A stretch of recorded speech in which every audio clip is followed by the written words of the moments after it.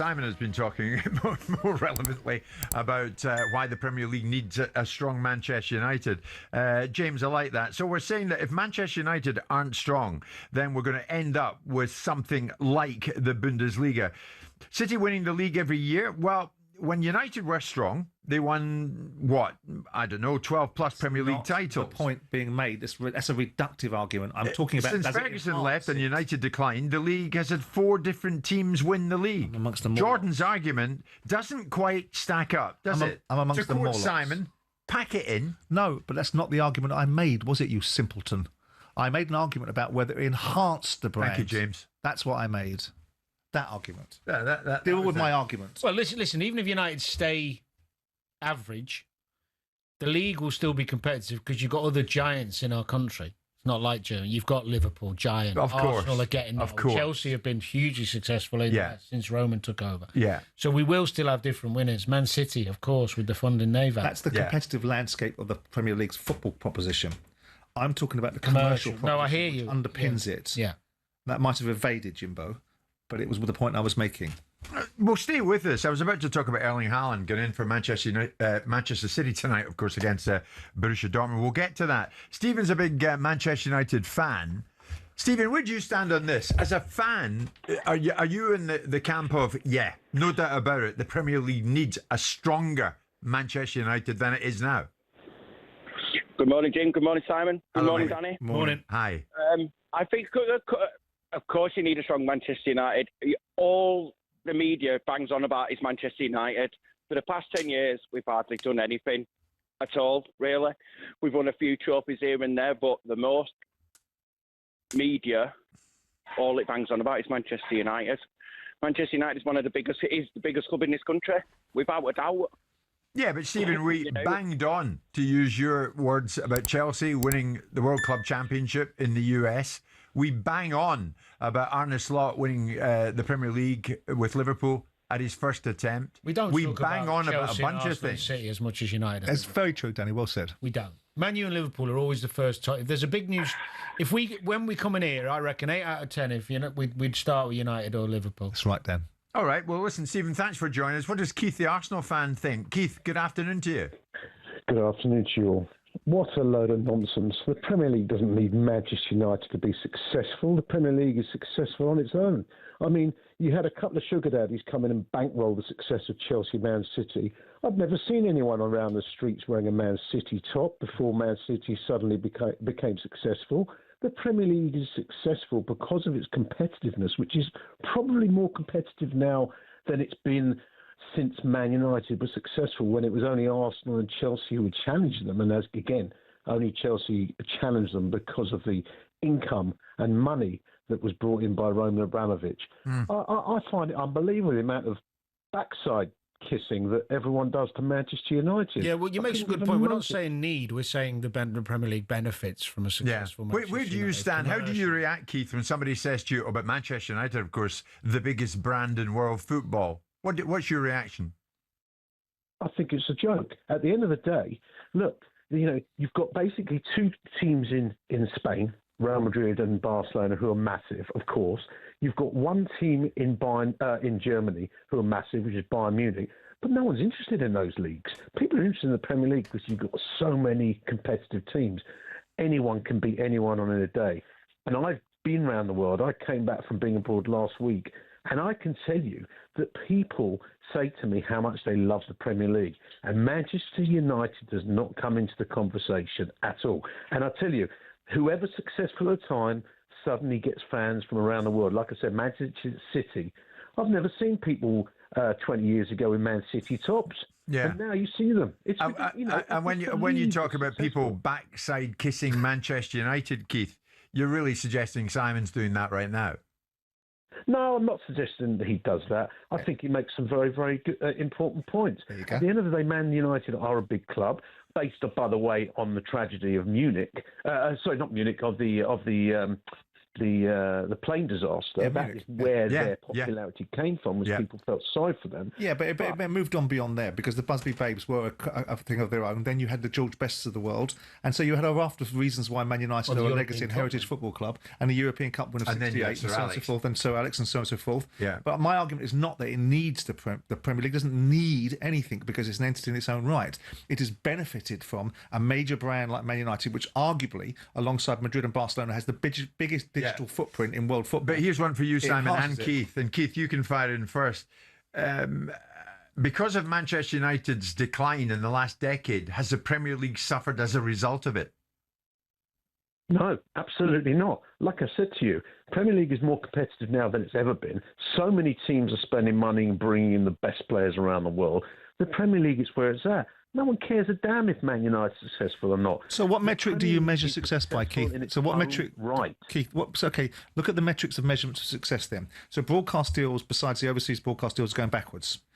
You're giving 30% more games to achieve the same sort of revenues you've achieved in the last broadcast deals. The measurement that you want to look at it, you can look at the Premier League as an abiding success because it continues to generate more revenue than the other leagues, or you can also look at it as saying, there are real challenges. Comcast may not be at the table for the next broadcast bid because they can't afford it, and all of a sudden football has a very difficult landscape. So be careful how much you decry or test to the fact that the Premier League is a roaring success and will continue to be in perpetuity. Simon, with all due respect, the world economy isn't the best place. Unfortunately, over many years, football has become almost an inelastic product in which you can pay. It doesn't matter how much. Recession-proof, almost. Yeah. But there's got to be a limit. And with the world economy suffering, okay, and people getting illegal downloads. Piracy's played a part. Where there's saturation, and there's too much football, you have supply and demand. That's rubbish, Keith. You saw the reaction towards the world during COVID when football was the only product in the world. You saw the televisual demand. I don't think it's about overexposure. I think the bigger issue is about piracy. Listen, Keith, thank you so much anyway for joining us. Keith gave you a good run for your money there. I know, Keith. Others would probably say that Keith totally tucked you up like a keeper. And that's fine. It's good to have a good argument with somebody, isn't it? Which is not what I have with you normally. Manchester United grabbing a late point with only 10 men having used all the subs, and then seeing Benjamin Sesko get injured. The draw keeps Ruben Amorim side unbeaten in 5. He's happy with the vibes heading into the 2-week international break. It's really important because it's that feeling of not going home with a losing feeling. That is really important. But again, my players need to understand that we lose 2 points. The feeling in the end is different, but in my head, we lost 2 points, like we lost 2 points against Nottingham. So we need to win. The next game is going to be in our home, and we need to. Today we had a different energy if you compare against Nottingham, but it's not enough. Okay. We need to have a different energy. I mean, look, you were at the game, Coisty, and that tells you a lot about the change in mentality at Manchester United, doesn't it? You know, in times gone by, not too distant times gone by, they'd have seen that as a good point, a point that they've gained with 10 men, brilliant. But there, Ruben Amorim saying quite clearly, 2 points dropped. I also think, Jeff, in times gone by, they wouldn't have got the point. I think there's more about them. It's evident there's far more about them. They're miles away from the finished article, has to be said. But they look slightly harder to play against, and they certainly look, I think, better in forward areas. Some good performances. I thought Dorgu played well. I thought Ahmad played really, really well. We've mentioned Cunha and Boomer before. Those two in particular are at this early stage, I think, look two terrific new signings. Can handle it. Not even handle it. It looks as though they're thriving in that kind of situation. So I think at this early stage, there must be heaps of positives for Manchester United, but still a lot of work to do. But I take your point. They're disappointed at getting a point, but I think maybe, certainly last season, I don't think they're getting a point. Yeah. Let's get more on this one, shall we now, with the former Manchester United keeper, Ben Foster. Morning, Ben. Good morning, Ben. Morning, everybody. Great show as always. Thanks, Ben. Thanks, mate. Do you sense that change in attitude at Man United? Yeah, I think Ali's probably just said everything that needed to be said right there. I only watched the game on the TV, but they look okay. They look like they're playing with a lot more confidence than what they have done for most of this season. But I just think when you sort of contrast it to the quality of Man City, for example, last night, I think it's very evident that there's still quite a way to go still. See, I think that's in a nutshell, mate. I really do. I think there's definitely been improvements. I think the positivity around Manchester United is understandable, and so there should be.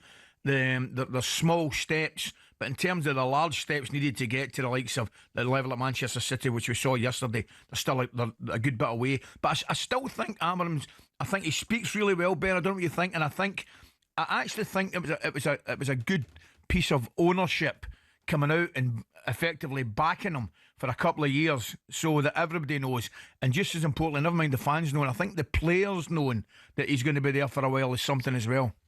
Yeah, I think people just tend to forget that the Premier League's actually really hard, to be honest with you. Like, the general quality of the Premier League is really, really hard, and to put a string of games together, we're seeing it all over the Premier League, but string of games together where you're winning consistently is really, really hard to do. So sometimes you just have to make sure you don't lose. And I think for Manchester United, they would have lost that game. Earlier in the season, they would have lost that game.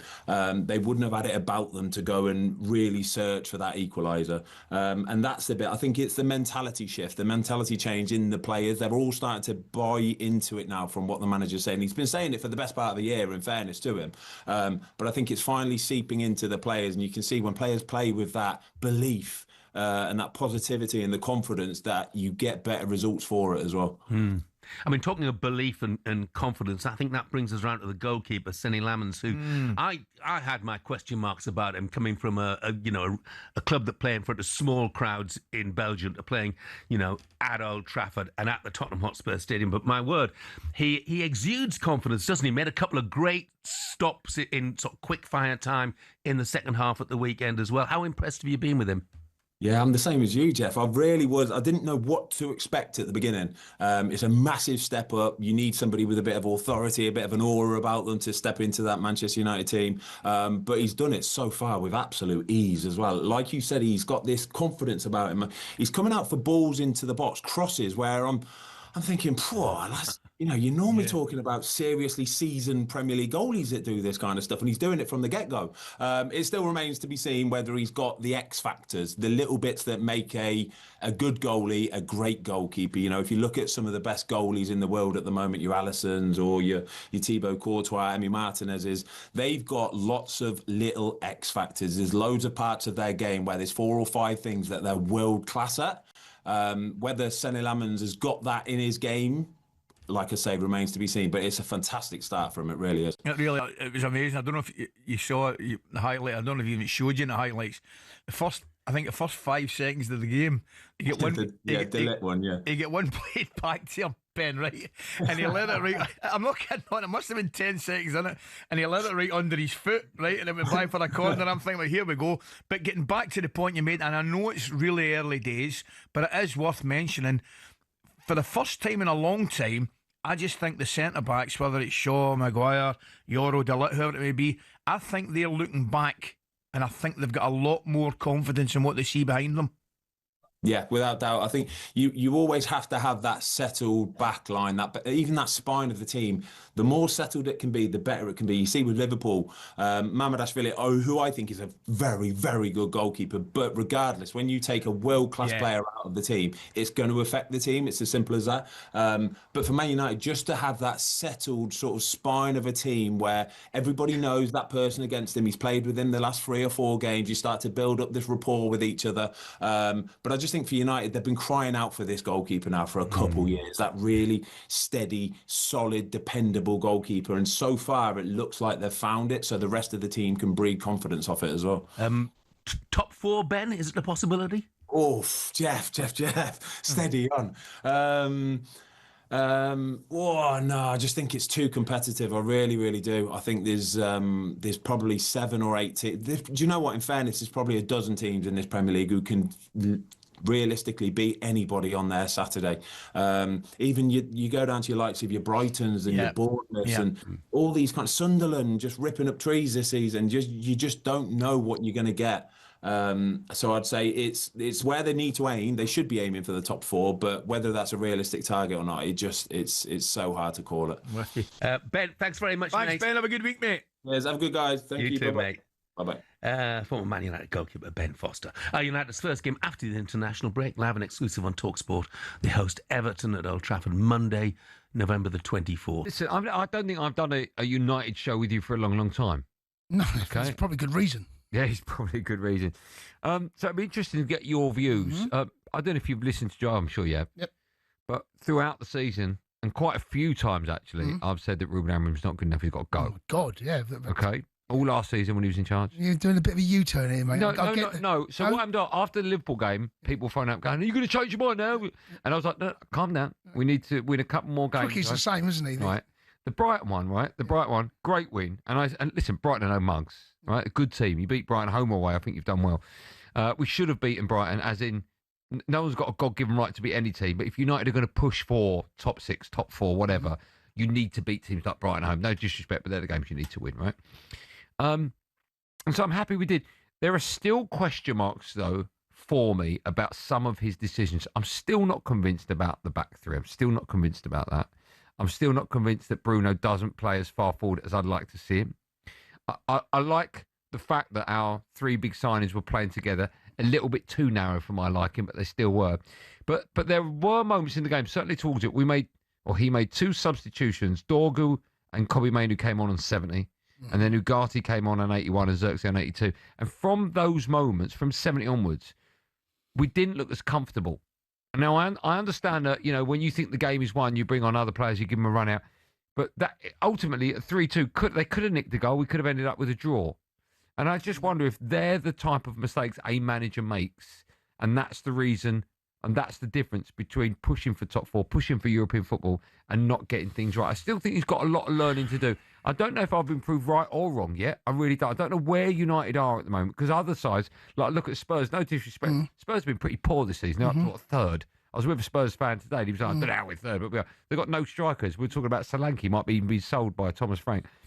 So we're there or thereabouts. I still don't know if we're a good team.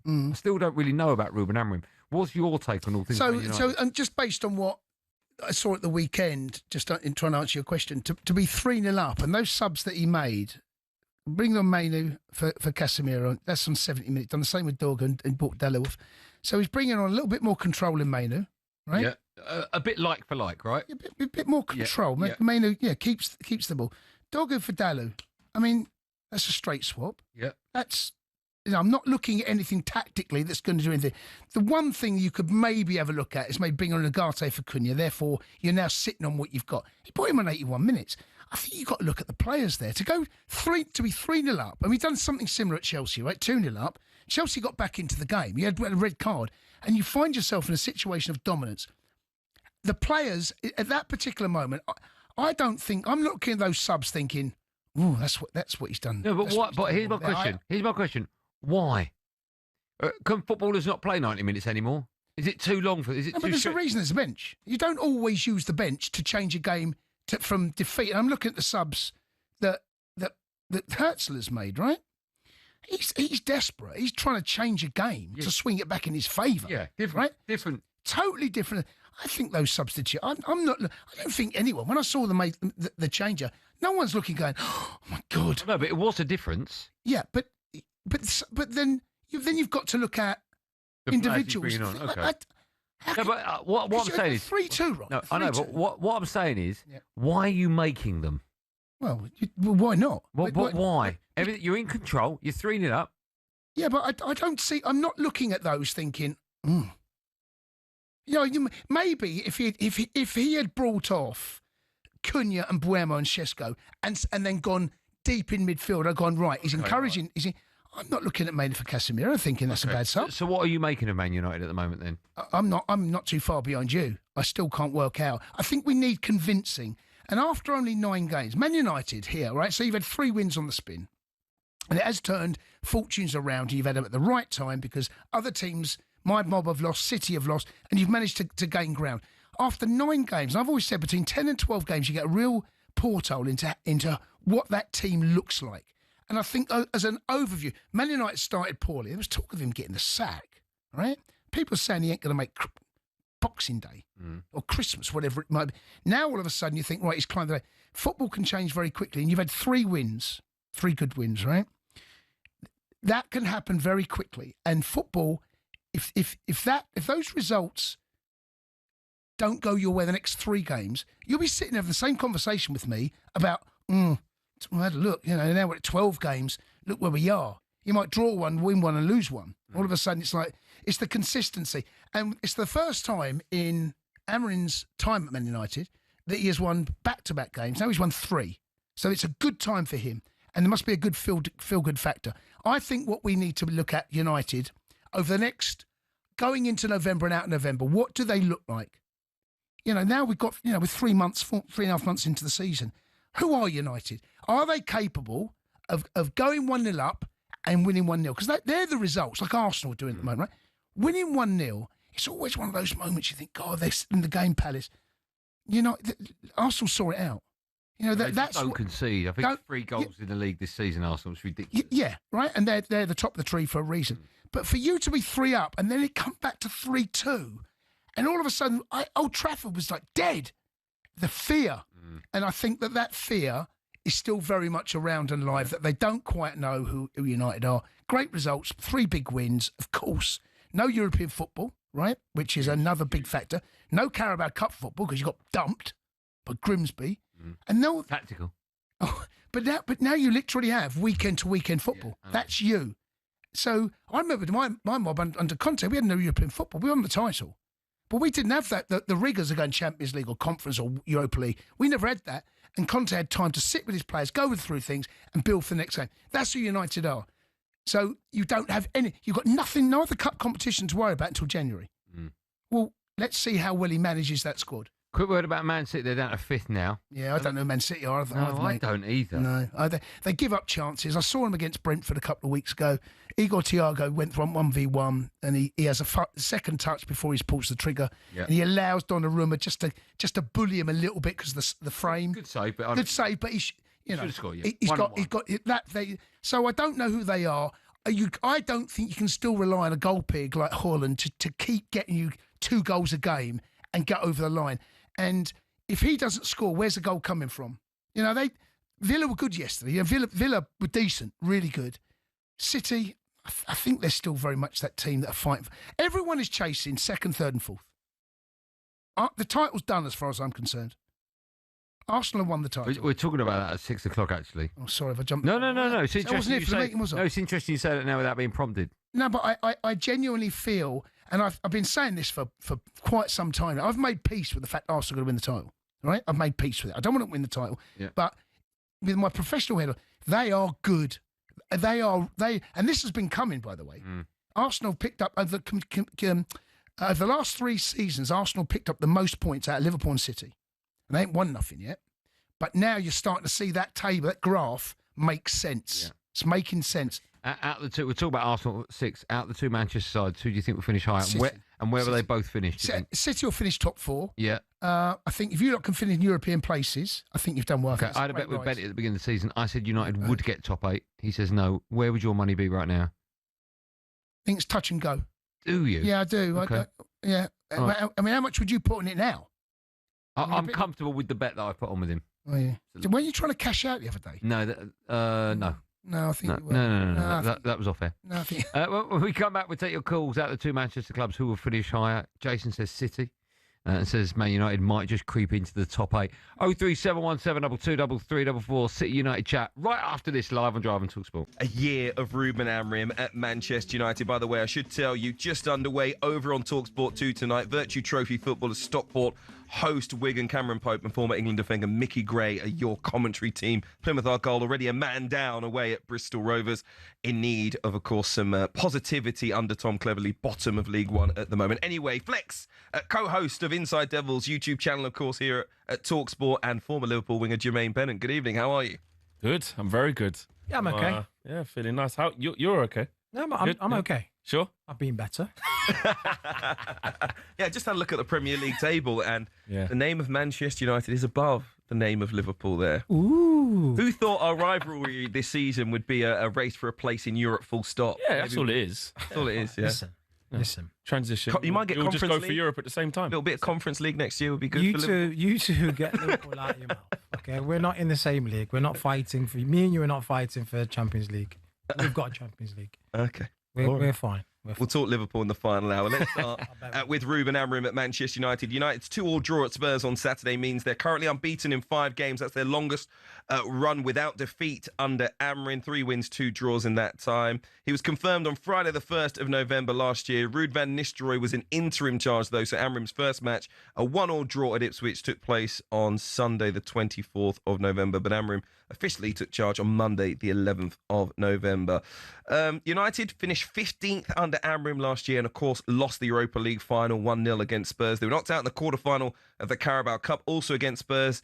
The FA Cup 5th round, they were knocked out against Fulham. This season, United have been as low as 16th and 14th twice, but they're currently 7th in the league and they've been as high as 6th. 18 points from 11 games, 1 point off the top 4, 8 points off first place. Where are Manchester United right now? I'll start with you, Jermaine.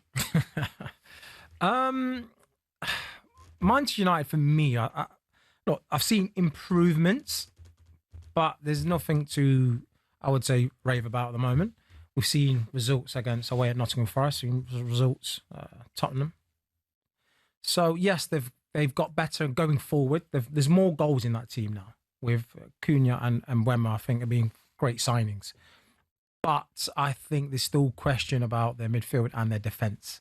Defensively, still look vulnerable. But they're in a better place than they were, but they're still miles off it where Man United should be. This is my I think that's fair. To be honest with you, that's very fair.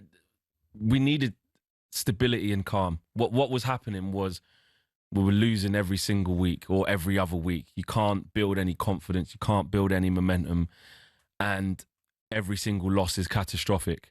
And you can't build a football club back to where it needs to be if you're continually on that pendulum.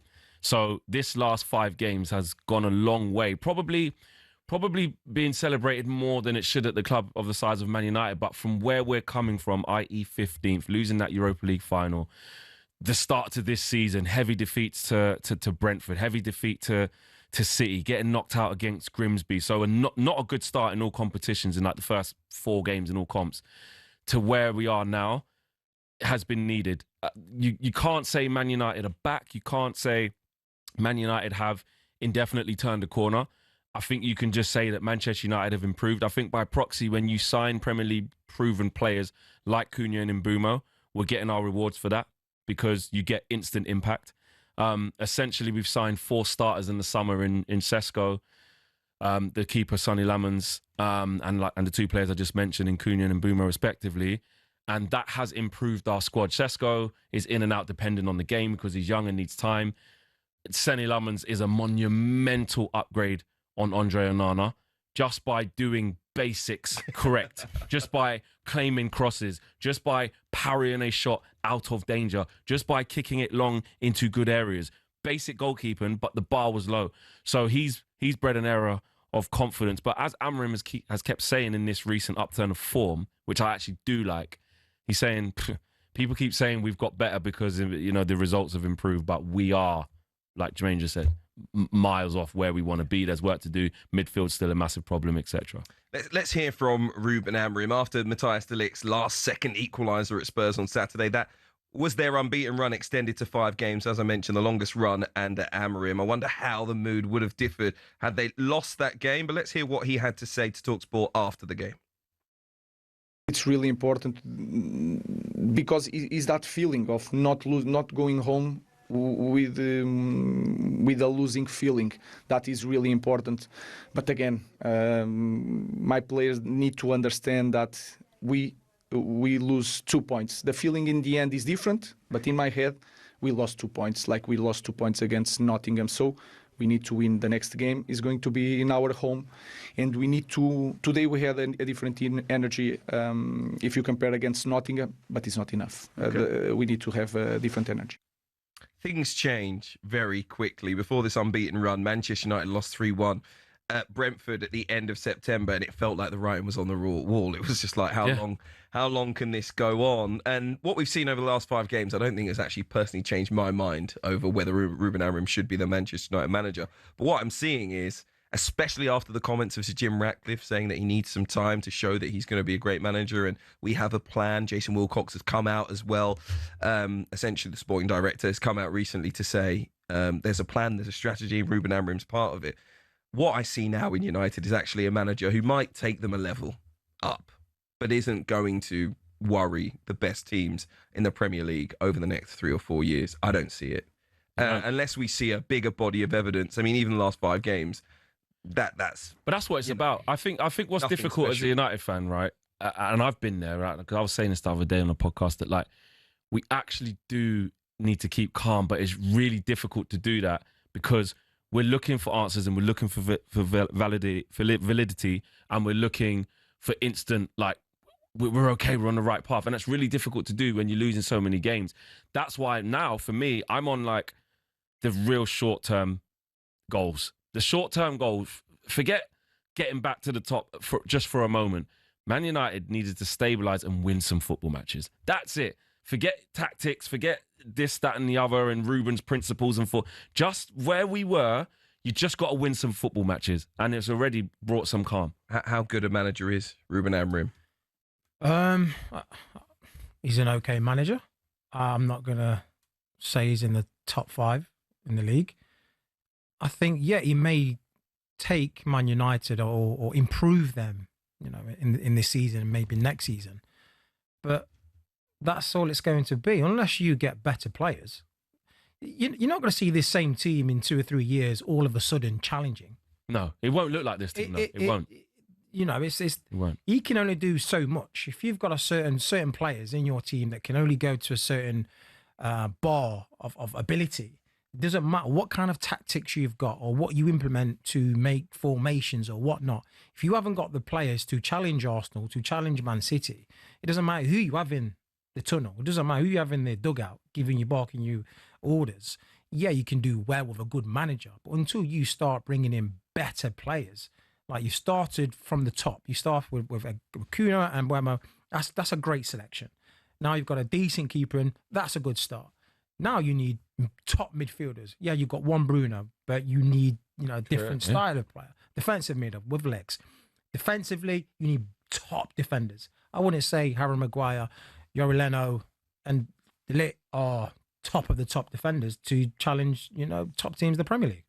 Stepping stones. It is about stepping stones. Like, to build a team that's worthy of getting to title challenges. I hate to use the lazy Arsenal comparison, but like they didn't start by getting the players that they've got now. They've got to this point by continually. It's a 5-year process. Do you see what I'm saying? So, and I haven't been the most patient. I've been there, angry. I've been negative with you. I've been there, but I have taken a step back at times and gone, do you know what? You do have to have stepping stone players to get you to be a competitive team again. First off, and then again, like we were discussing, then you go, right, you need better than Dorgu and Dalot. You need better than Casemiro. You need, if what's going to happen with Bruno, is he going to leave? You need better options off the... What's happening now, actually, is, mate, as soon as Casemiro leaves the pitch, the drop-off to, like, Ugarte or Kobe can't even get... We've got nothing in midfield. Nothing. There's no control over games. So right now, I think we're just better just because we bought better individuals at this time, and then the confidence is coming in.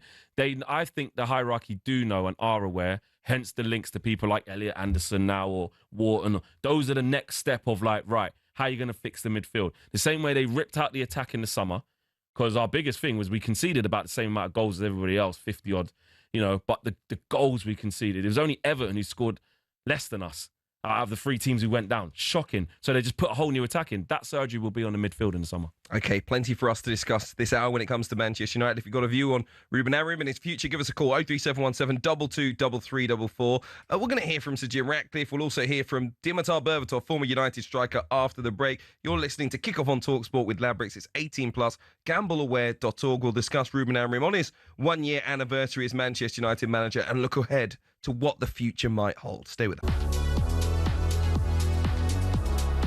Can reach the border. Yes, he's singing and he's here. This is Java talkSPORT. It's me, Goldstein, Darren Bent. And Just Eat, score a winner with your favourite matchday meals delivered in the box. Still to come, we'll be discussing Tottenham fans booing Thomas Frank's subs. Just quickly, Mark Gurhey, Nick Pope and Anthony Gordon are set to miss England's final 2 World Cup qualifiers through injury. Man United are reportedly interested in signing Conor Gallagher from Atletico Madrid. Every time there seems to be a transfer window either open or approaching, he gets linked to Man United, doesn't he, Conor Gallagher? Yeah, good player. Yeah, I like Conor. I really like him. I liked him when he was at Charlton for a bit, and then he went to Swansea. Was brilliant at Palace. Yep. Was brilliant at Palace. Was brilliant at Chelsea before he was their captain, wasn't he? Yeah, shipped him off. Yeah, I like him. I don't know why, but you know his time at Chelsea. I always think about one moment when there was a big argument for the pen, and he got involved and went, "No, give it." I don't know why that sticks in my mind. That good player. I like him. Yeah, I like him. It'd be brilliant for you lot. Yeah, I mean we've been linked to a number of players in that role, right? Out of the 3, Belieber, Wharton, or him, put them in order. Oh my goodness, it's hard. Belieber, Wharton, Gallagher. Yeah. And the only reason why I say that is Belieber looks like he's more durable. Yeah. Okay. Let's turn. We're waiting for Conor Ben to join us. This is basically how it works, right? So when we get people like this down the line, as we call it, we have certain time slots. If the first interview he does goes 3 minutes over, everyone else's goes 3 minutes over. And if in the second one he's 2 minutes over, that's 5 minutes and it carries on. So it's a little bit over. So we're waiting to get the green light. So it will be happening, but it might happen after 6. But we're waiting. I thought I'd tell you that. Right, so while we're waiting for Conor Ben, let's turn our attention to Spurs now. They, of course, drew 2-2 at home to Man United on Saturday in dramatic fashion. We saw a game which both sides scored during stoppage time. One of the big talking points of the game came when Spurs, their fans, booed Thomas Frank's decision to replace Xavi Simons with Matthias Tell.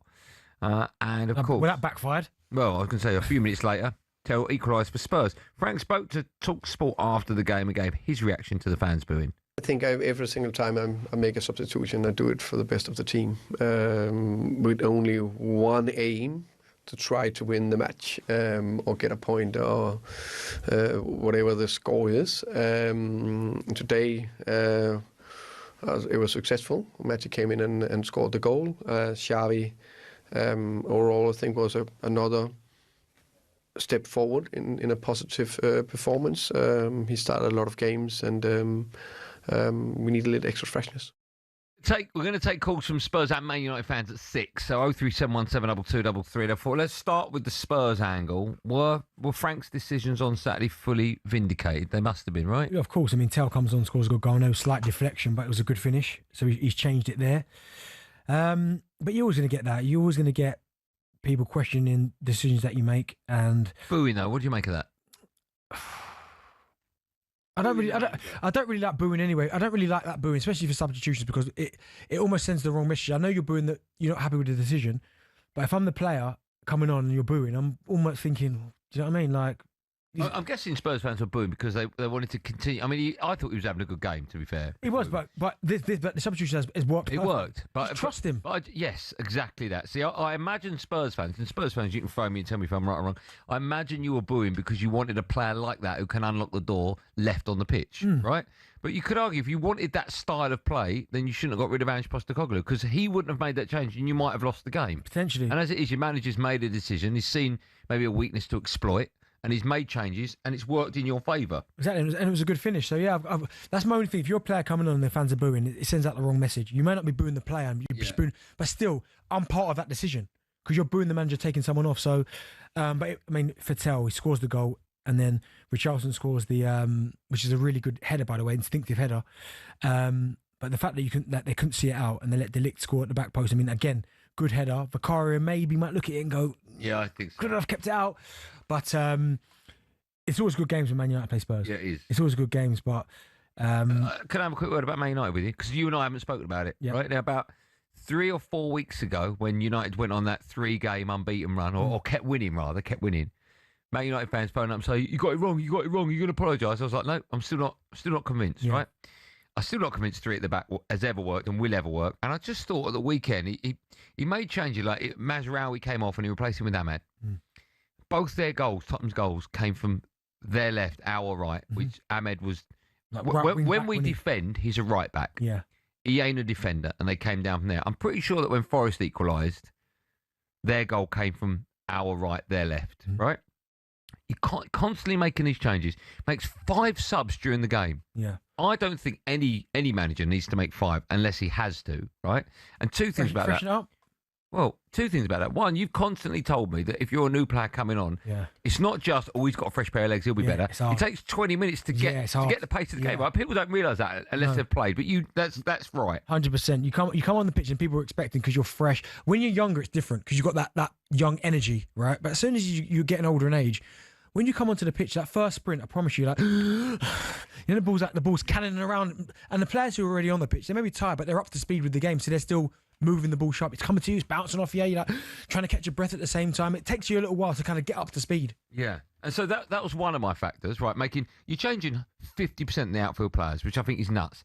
But also, unless you absolutely have to make 5 changes, don't, in case you get an injury to a player like we did, went down to 10 men, and then we conceded. Yeah. So I think he's still making mistakes as a manager. And one of the biggest is playing 3 at the back when Ahmed's playing at right wing. But I love Ahmed. I think he's a brilliant player going forward. Yeah. But he's not a right wing back, and he's certainly not a right back. No, but and again, it's him still having this system. And listen, he's not going to change it now. No, he's not. It doesn't matter what. But it keeps happening. He's too far down the line to go, do you know what? Of course he is. Let me change it. But again, you didn't lose.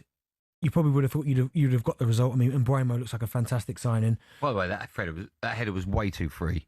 Yeah, it was, but it's still a good header, by the way. Cause unbelievable. But no challenge. No, kind of generate the power. But no, he's settled in really well. But I think, again, it's Manchester United. You're going to get teething problems. Like, I'm still not sure how good your squad is. Where do you think we'll finish? I know you and I have had the bet top 8. Where do you are you comfortable with that bet? No, I tell you, I think what's going to happen is that I think you'll finish 8th.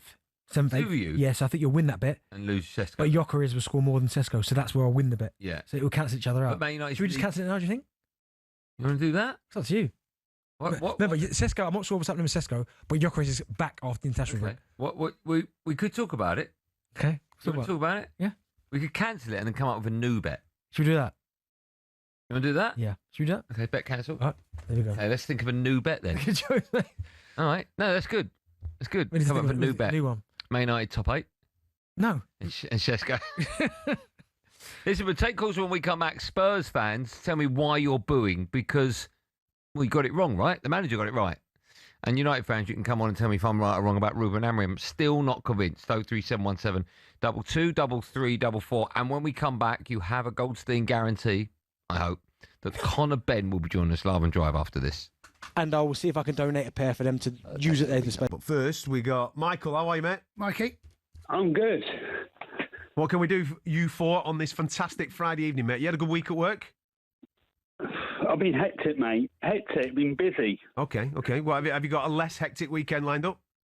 Yeah.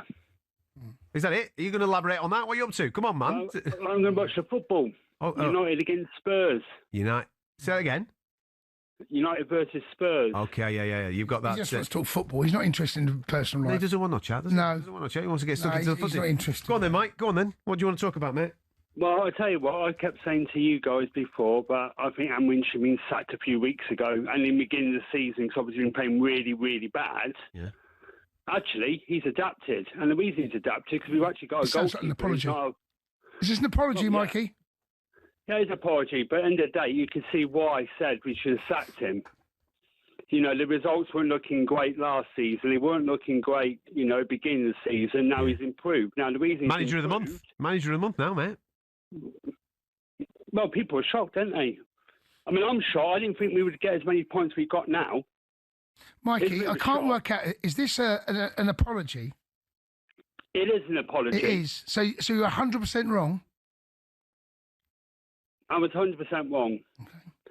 So now, like I said to you, beginning of the season, if we signed a decent goalkeeper, and this goalkeeper, he's not bad, is he? For the price that we got him for, and the age he is, he's a very good goalkeeper. Right. Mm-hmm. And I think United trust him, because when we played him, you feel like, oh yeah, he's actually made some good saves. But defence are trusting him because they're pushing forward a bit more. So it gives United a bit more room to adapt and do what they have to do to win games. So the only problem was the goalkeeper. That was the major issue. The only issue, or the major issue? I mean, what other issues were there? Midfield legs. Right. What's changed there? But he's adapted the system. What's he done? He's playing the same system. He's adapting. When we have the ball, we can actually play out wider. When we ain't got the ball, we close the gaps to make it tougher for the opposition to break through it.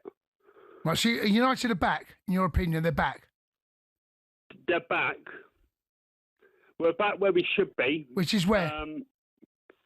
Well, we're top of the table. If results go our way, we could be second if results go well. No, what if they don't know, Mikey? And this is always I've got the league table in front of me here. If they don't go well, matey, you could be bottom half again. But there has have then you got it wrong? Yeah, it's been a massive improvement. I can't see United finish as bad as they were last season, surely. I know the Grimsby result was really, really bad. I don't know. Do we all think that United have completely turned the corner? Are we all totally convinced that I think there's been a massive upturn. 100%, massive upturn. 100%. But those, that frailty that we saw against Forest is still very much alive and well. Plus, also another thing that needs to be highlighted: they have the luxury of failure actually doing them a favour because they have no European football. They got dumped out by Grimsby. And I remember watching my team, it's not just criticism of United, but when we won the title in 2015, Conte won it with no European football, no midweek. So it literally Saturday to Saturday. Yeah. And I think Amorim is in the, Are you going to say that? Are you saying that they're going to win the league? No.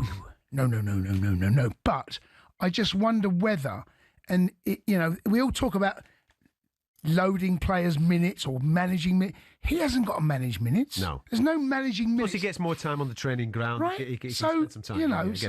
This is just a fact. Man City had midweek games. Spurs, who they play, had a midweek. Okay, it wasn't that hard against Copenhagen. Still, players have still got to rock up. Yeah. He's had that Saturday to Saturday or Sunday to Saturday, whatever it might be. Chelsea were over in Baku. Now I know, but there's those minutes that Wolves don't have. That there are admitted. He doesn't have that problem, and maybe we're seeing a little bit of that starting to come into it. I do think Mbeumo, Cunha, of course, Mason Mounts for him. All this is of course. But imagine if they had to travel out to Russia, right, on Thursday, right, and playing on Sunday. It is a factor. And then they've got fixtures to look forward to. Why can't you just say that at the back? Because there are mitigating. I'm not convinced they are back, but I think there's an element of that we cannot pretend isn't going on behind the scenes either. Okay. Harvey, how are you, mate? Right, H. I'm good. How are you guys doing? I'm good, man. Am Man United back?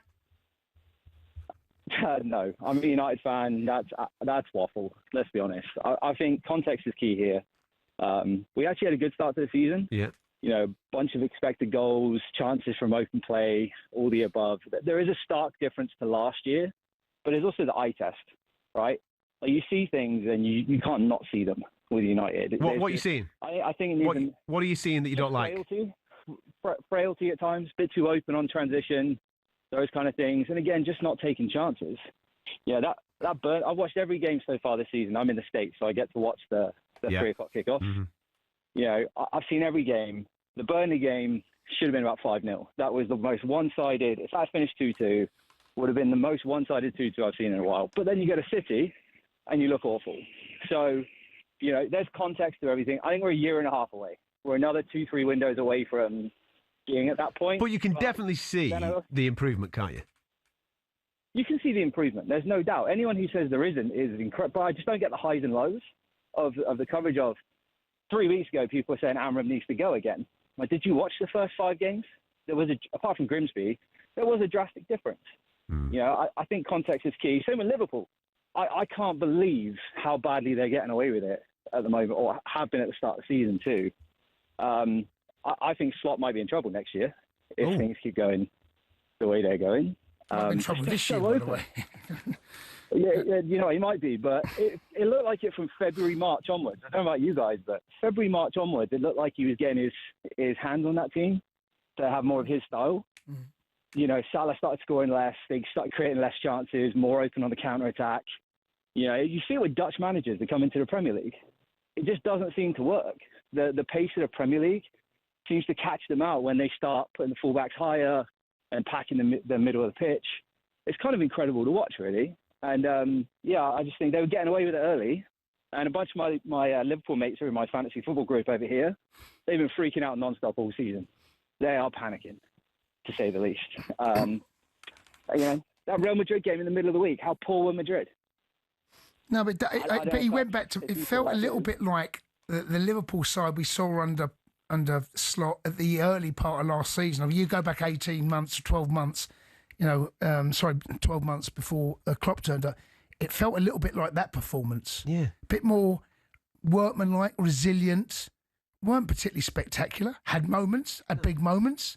Real Madrid were poor, but I thought Liverpool were excellent. But they weren't brilliant. I mean, they were good without being. They didn't have to be. No, but Liverpool won the title last season. They weren't great. Liverpool weren't great. They were good. They were the best team in the league, mate. Yeah, come on. They weren't great. They weren't great. They were good. Yeah, but you can only beat what he's put in front of you, can't you? I know. And that's what they did. Yeah, but they weren't. No one tell. I've had this row with Liverpool fans for last year. That's not a great Liverpool team. Nowhere near it. Nowhere near it. That Pep team, that Klopp team wipes the floor with Slot. Same players. You might be right. That's what I'm saying. You might be right. That's what I'm saying. It does feel a little bit harsh to have a go at a team that won the league, though. I'm the go. I'm just everybody. No, I'm just making the point, and I got slaughtered for saying it, and now everyone's saying, "Oh, the Premier League's not great." I said that Liverpool. Do you not think the Premier League? I'm finding it really entertaining this year. No, you're not at all. Like with the rise of the Sunderlands and the Bournemouths and all those types of teams. It makes it interesting. Yeah. I'm not saying I'm not intrigued. I'm not going to watch. Yeah. I'm not saying I don't love watching it. But I don't know. Where is Thierry Henry? Where's Eden Hazard? Where's Gareth Bale? They're retired. Where is that? Where is that player? Okay. So Florian Wirtz was brought in to be that player, right? Where is he? Come on. Hang on. It's his first season. It takes a little bit of time to get used to the Premier League, doesn't it? At Chelsea's doing all right. I mean, yeah, I'll give you that. Fine. But where are those players? Forget Wirtz then, apart Wirtz. Where are these players? Where are the Magic Men? Where's the Bergkamps? Where's Thierry Henry? When Bergkamp came, it took him a little bit of time to get used to the Premier League. Okay, who has it taken a bit more time to see that we haven't seen yet? Who's that player? Where are they? Where are the Magic Men? Who are the Magic Men in the Premier League? Tell me who they are. Busy man, I'm looking forward to it. Big game tomorrow. Manchester United taking on Spurs. We are looking to avenge. Well, I say avenge because after the embarrassment of what Spurs did to us in the San Mamés Stadium in Bilbao, a regular game out of the 38-game season that's just worth 3 points isn't going to avenge that loss. It's not going to avenge that loss because it was totally and utterly diabolical what happened out in Spain in May. But we owe them one. I'm sick of the sight of Spurs. I am. As a Man United fan, I do my best to make sure I sort of little bro Spurs. I'm always like, yeah, but you're Spurs, I'm Man United. Sadly, you can't. And that's what. And do you know what, Rory? That's what annoys me now because it's that sad realization. And there'll be Spurs fans listen and say, listen to this Man United fan living in the past. Yeah, it's exactly, mate. And it's the truth. It is the truth. We have become more like them in recent history, and that annoys me. What they did to you in Bilbao is historic, and everything that we've thought about Tottenham, like we called them Spursism as an ideology. Spursism as an ideology ended up in the dictionary, didn't it? Yep. That all ended that night. Like the famous Sir Alex Ferguson quote, "Lads, it's Tottenham." Yeah. When his team went in 3-0 down against, he said, "Lads, it's Tottenham. What are you doing?" That's gone as well. Yep. So no, you've effectively changed the entire fabric and tapestry of Tottenham Hotspur. And in the league, away from that, in the league, can't see them for love nor money. No. At Old Trafford, at Tottenham Hotspur Stadium, Carabao Cup, don't matter. We can't win. They've got your number. They've got the beating of you. And that is why this game coming up tomorrow is massive. It's massive in terms of both teams. That look, Manchester United have been really good in the last 4 games. I say really good. Really. When I say really good, I mean really good compared to what we have been. Yeah, that's fair. Compared to, losing pretty much every other game, can't build any momentum. I think in the last 4 games to get 3 wins and a draw, and one of those wins being at Anfield to avenge a 9-year hoodoo at that ground. going on to beat Brighton, which on the revenge tour is another team that over the last couple of years we can't beat. And then picking up a point at Forest, which we could have won on a different day. I've seen some more positive signs. Today we've just been awarded the manager of the month and the player of the month. You know what? That is a turnaround. I don't care how you want to phrase it. I've been one of the most negative Man United fans because of what I've been seeing, and rightly so, because of how badly we are. But at the same time, if I'm going to give that criticism, I'm definitely going to be here for the praise. I'm definitely going to be here for the good times. And in the month of October, we had a really good month. Yeah, you certainly did. You certainly did okay. You certainly did better than a lot of people thought you were going to do. And you've moved up the table. You've got some big points on the board. You've put in some good performances. Certain signings have really clicked. And Manchester United, for the first time under Ruben Amorim, are moving in the right direction. Yeah. But I do think we're getting a little bit carried away here. I do think that you won 3 games in a row. Excellent. Yeah. Excellent. And I think the draw at Forest, I know the circumstances suggest that Manchester United should have probably won, but the draw at Forest, new manager bounce, it's not the end of the world. Yeah, exactly. Point away from home. Yeah. But Not back. But it doesn't undermine that brief 4-game period of success doesn't change the year that it's taken you to get to that stage. No, the and nobody year should that's say it gone does. before it. It shouldn't change that. But what it can be, and what even me where I've been in my negative state, what it can be is a point of reference to keep moving further away from that point. You need and that is only time we had to get. Yeah, we need to. At the moment, I don't think anything's changed. Over the next 3 or 4 games, we'll find out. We will know. Yeah, you've had a decent run. Yeah, but nothing has changed at Manchester United. I truly believe that Ruben Amorim should have been sacked that night when Manchester United put in that turgid performance. Like Manchester United, the great Manchester United, losing to Tottenham in a European final is sackable. Not only for the manager, by the way. I think that all the players should have been fired. So many members of that squad. The only player who actually paid with his place in the squad was a kid, Rasmus Højlund. Like Garnacho left, but that was different circumstances. There were so many players at fault for that. Not turning up in a European final is so far removed from who Manchester United is supposed to be. Listen, it was shocking. But let's see how you get on. Everton, we have to see. Everton, Palace, West Ham, Wolves, Bournemouth. Those 5 games will tell us exactly who Manchester United are, and whether Ruben Amorim is capable of keeping them. Yeah, and all you can do is go game by game. If we're talking about Ruben Amorim, he says despite going 4 games unbeaten for the first time since March, United boss Ruben Amorim still believes that there's a lot for his side to improve on. We cannot forget that we have a lot to improve. We are more prepared for anything that happened in the game, so that is also a good thing. So we are in the better moment, but we also know that we have a lot to do, a lot to improve, to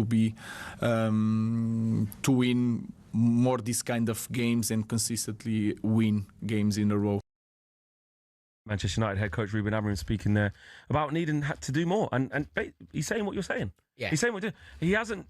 Listen, he's very measured. Ruben Amorim, there's a lot gone on. Sometimes he's maybe been a bit over emotional and said some things that if you're a Man United manager here, it gets taken in the wrong way. I've definitely taken some things the wrong way. But what he is right about is that it's game by game. We've got a lot more to do. And he's right. He spoke about, like, when he was asked, like, what's changed. He said, well, the way we approach games, the way we train, my instructions are still the same. It's just that we've had a little bit more luck as well. Like, against Liverpool, he was sort of saying, like, on a different day, Liverpool score quite a couple more. Gakpo crashes the post back 3 times. You need a little bit of luck to go your way, and then in turn you get that little bit of luck. The confidence is now starting to come out of the players. What I will say, which isn't luck, is the recruitment. Bringing in Brian Mbeumo and Matheus Cunha have been masterstrokes. And the reason why it has been is because they're Premier League proven. That is something Manchester United / Sir Alex Ferguson used to do all the time. From Berbatov to Van Persie to York to Cole to Rooney to Tevez, even to Saha and Alan Smith. The list goes on and on of buying Premier League Van der Sar. Rio Ferdinand. Do you know what I mean? Rio Ferdinand. You go and buy Premier League proven players, and Manchester United have moved away from that. And we're seeing the fruits of our labour by buying 2 players that you don't have to put your arm around. You don't have to worry about can they cope with the pressure and the intensity and how difficult it is and the pressures of playing in the Premier League. They know what they're doing. But going into this game, I think this is going to be a better measure of where both teams are actually, because if you look at Spurs, Rory, from a Spurs perspective, have you been impressed with them under Thomas Frank? Because at home, the home record is absolutely turgid. It's terrible. Yeah. But away from home, and when you look at their points tally, They're probably the whereabouts performance. to be. The performance that they put in last week against us, which is one of the biggest games that Tottenham play, like Chelsea versus Tottenham, and I'm not belittling them that way. By the way, it's certainly how I feel. One of the biggest games that Chelsea will play in the season is when we face Tottenham Hotspur twice that year. It's the fixture that you look for. It's a fixture that matters. It's a rivalry. We sing about Tottenham every week, and Tottenham didn't turn up in that fixture. Yeah. It finished 1-0, but it was the most one-sided 1-0 battering. Vicario. Yeah. We were far and away better. We totally dominated at White Hart Lane, which is something that we do, but it's also something that's totally unacceptable from a Tottenham perspective. However, I think, look, I've been seeing Tottenham winning games in Europe. I've been seeing Tottenham, like they beat Manchester City this year. I think Thomas Frank is a good manager, and I understand that the fans want a bit more. But ultimately, I think that they're moving in the right direction. I mean, what they did, if you look at what they did in the summer, they went from a proven, dreadful, inept Premier League manager in Ange Postecoglou. Like, he is clearly that. Look, whether he wants to or not, cannot manage in the Premier League. Like, he's completely out of his depth. Yeah. Like, the way that he would laugh and scoff when people would ask him about set pieces. You know, it's just the way we are, mate. When they had two men sent off against us and they're playing on a high line, and they went, "Why'd you do that?" He went, "I'd do the same with 5 men." I'm like, "Well, you just get battered then, don't you?" No, the game would be abandoned. You wouldn't even be a game. That's not football, is it? Your job is to find ways to win games of football, not admit that you can't find a way to win. So they've brought in the anti-Ange Postecoglou. They've brought in the polar opposite, and Thomas Frank is an excellent manager. I think they're moving in the right direction. Yeah, we'll talk more about Spurs after the break, but I just see this as a real opportunity for Manchester United. Yes, to avenge some of the scars, because it can't truly be avenged in one Premier League game, but avenge some of the scars before being embarrassed. You beat them in your next meeting, though. You beat them exactly. If this is the first time I've seen you since you've done that to me, there's a problem. Yeah. Do you know what I mean? Yeah, if you personally diss me, it doesn't change anything. But they can't beat you again. They can't beat you again. They can't beat you in a European final, Rory, and then beat you again. If this was me and you in a fight, last time you laid me, you're in big trouble, mate. Last time you laid me out in front of everyone. When I'm supposed to knock you out, mate, I will hit you. No with offense. a combo like yeah, physically to look at as a specimen. I'm bigger than you. I'm stronger than you. You've got to win. I should be winning. But you flattened me in front of everyone. Do you think the next time that we buck up in public that I'm not gonna? This can happen again. It can't happen again, isn't it? It's a statement. Manchester United have a chance, even if it's for the title or not. A statement. They can make a statement. They're moving in the right direction. They need the 3 points, but they can also say to Tottenham, normal services resumed. Exactly. What about last night? Yes, well, I had a very long day yesterday because I was at Spurs for the early game against Manchester United, and then obviously you had the game. I got back to watch Arsenal take on Sunderland, and then the later one with Chelsea. So it was a hell of a long day. It was indeed, and it took a little bit of a turn in terms of the title race because Arsenal dropped points for the first time since September. Here's how it all sounded for you here on talkSPORT yesterday. The crossing towards the back post. It's De Ligt, and he has stolen a point. He's got up highest, and he's headed the ball beyond Vicario, and it's 2-2.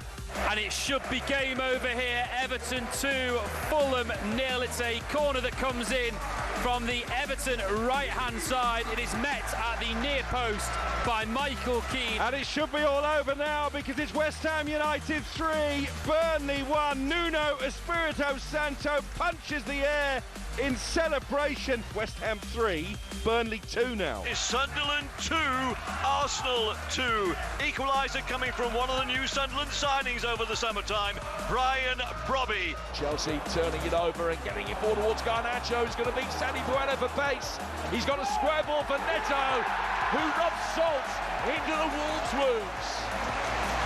Neto scoring against his old club. 3-0 to Chelsea. Yeah, Spurs and Manchester United managed a 2-2 draw yesterday, as did Sunderland Arsenal last night. Here on talkSPORT, 8 o'clock, we had the Chelsea-Wolves game, which ended up Chelsea 3, Wolves 0. Everton also got a win over Fulham. West Ham beat Burnley 3-2. And coming up for you today, you've got Villa Bournemouth, Brentford Newcastle, Crystal Palace Brighton, Forest Leeds at 2 o'clock, and then the 4:30 game this afternoon, Manchester City take on Liverpool. Cass, shall we start with the 2-2s? Yes. Because you were at the Tottenham Hotspur Stadium yesterday. Yeah, I was, and poor first half, especially by Spurs. I thought Spurs never got anything going.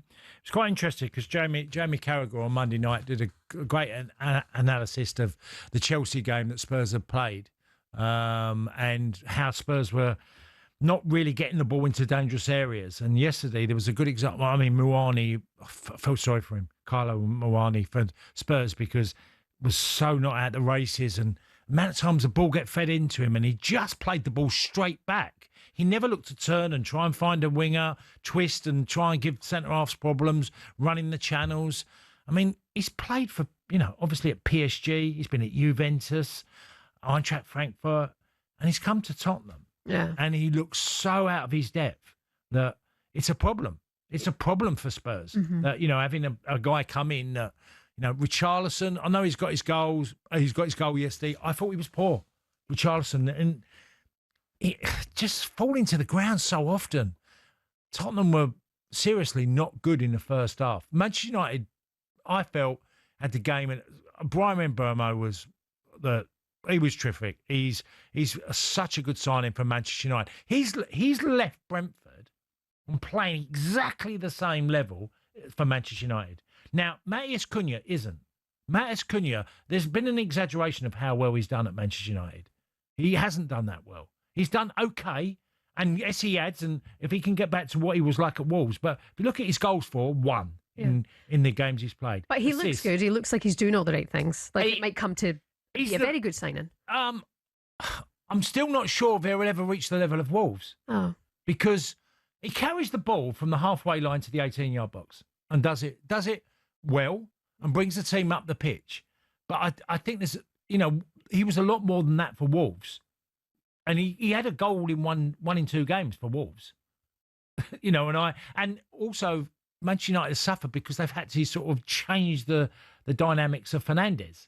So it's come at a little bit of a price for Manchester United. But they were the better team first half. Second half, there was changes. And I've got to say, it was probably the fair result by the end. Yeah, and you know what? The last 10 minutes of the game were very, very entertaining. It was all going off. And to be fair, the first kind of 80 minutes, it felt like that cup final back in May. It was just a bit of a... Well, the atmosphere was dead at Tottenham. Yeah, it was so dead. Half-time, and literally... people weren't getting back into their seats at Spurs or Tottenham Stadium. 52 minutes, and you're seeing all these empty seats fill out. There was really no, and it got going because the atmosphere can be great there. I've been there a good few times now, and I come away thinking if you can get it going, it really can be loud and great atmosphere to play in. But yesterday the game changed with substitutions. Obviously, once Manchester United went to 10 men because of the injury to Sesko, who again, a bit like Moani, he looks like he's so out of sorts. He really does. And I think he's got a bad injury. I think we're going to find out he's going to be out for a while because I watched him after, the pass from Fernandes. He didn't get it out of his feet, and he looks like he gets his legs stuck. I think it looks like it could be a major knee. Yeah. From the first moment I saw it, I said, he's done a bad injury there. Oh dear. So hopefully I'm wrong and he's okay. Yeah, I think a lot of the reports this morning, even in the back pages, Sam's going to be here for a look at them a little bit later on, are suggesting that it looks like he could have caused a bit of an issue here for his knee.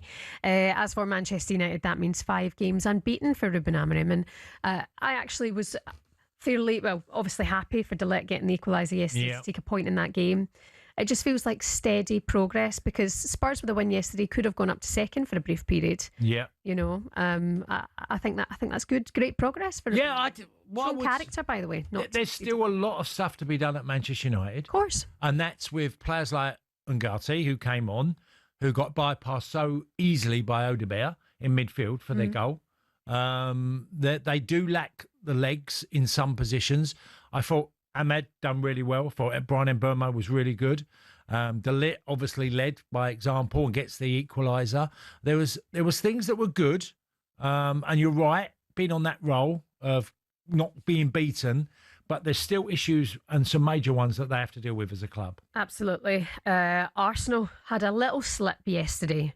Is it a slip? I don't think it is a slip. No, I don't. This is what we do. We sensationalise the idea that Arsenal drop points, like that's it. It's all over for them. Well, let's strip it apart, okay? Let's go right from Sunderland's season so far. They've had 2 defeats in the Premier League. They've been brilliant. Gone to Chelsea, got a result. Yep. And deservedly so, got something out of the Chelsea game at Stamford Bridge. You're playing the team that were in second. You've got a point, and Sunderland on the day were superb. They were so good. They deserved that.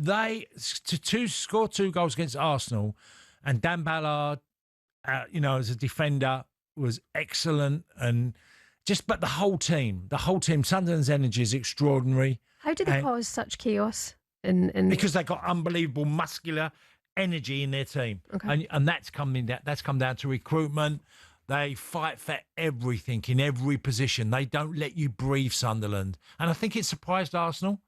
And don't get me wrong, I didn't think Arsenal did too much wrong, because a couple of great goals. Saka's goal was a great effort, and then obviously Trossard's, which was a top quality goal.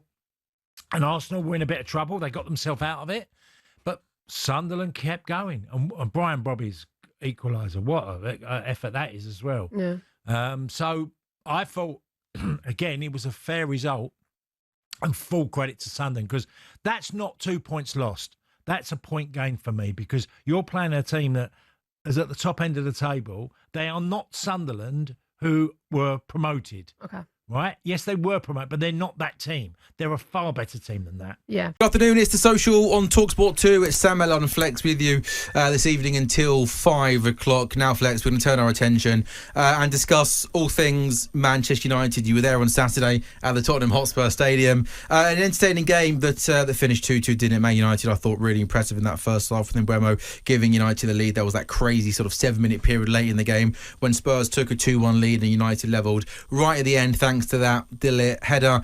Is that a point gain, do you think, or 2 drops? No, I think it was 2 dropped, and the manager also said it was 2 points dropped. I think from a position of winning the game for so long, in back-to-back weeks now as well, especially at Spurs, 80-odd minutes.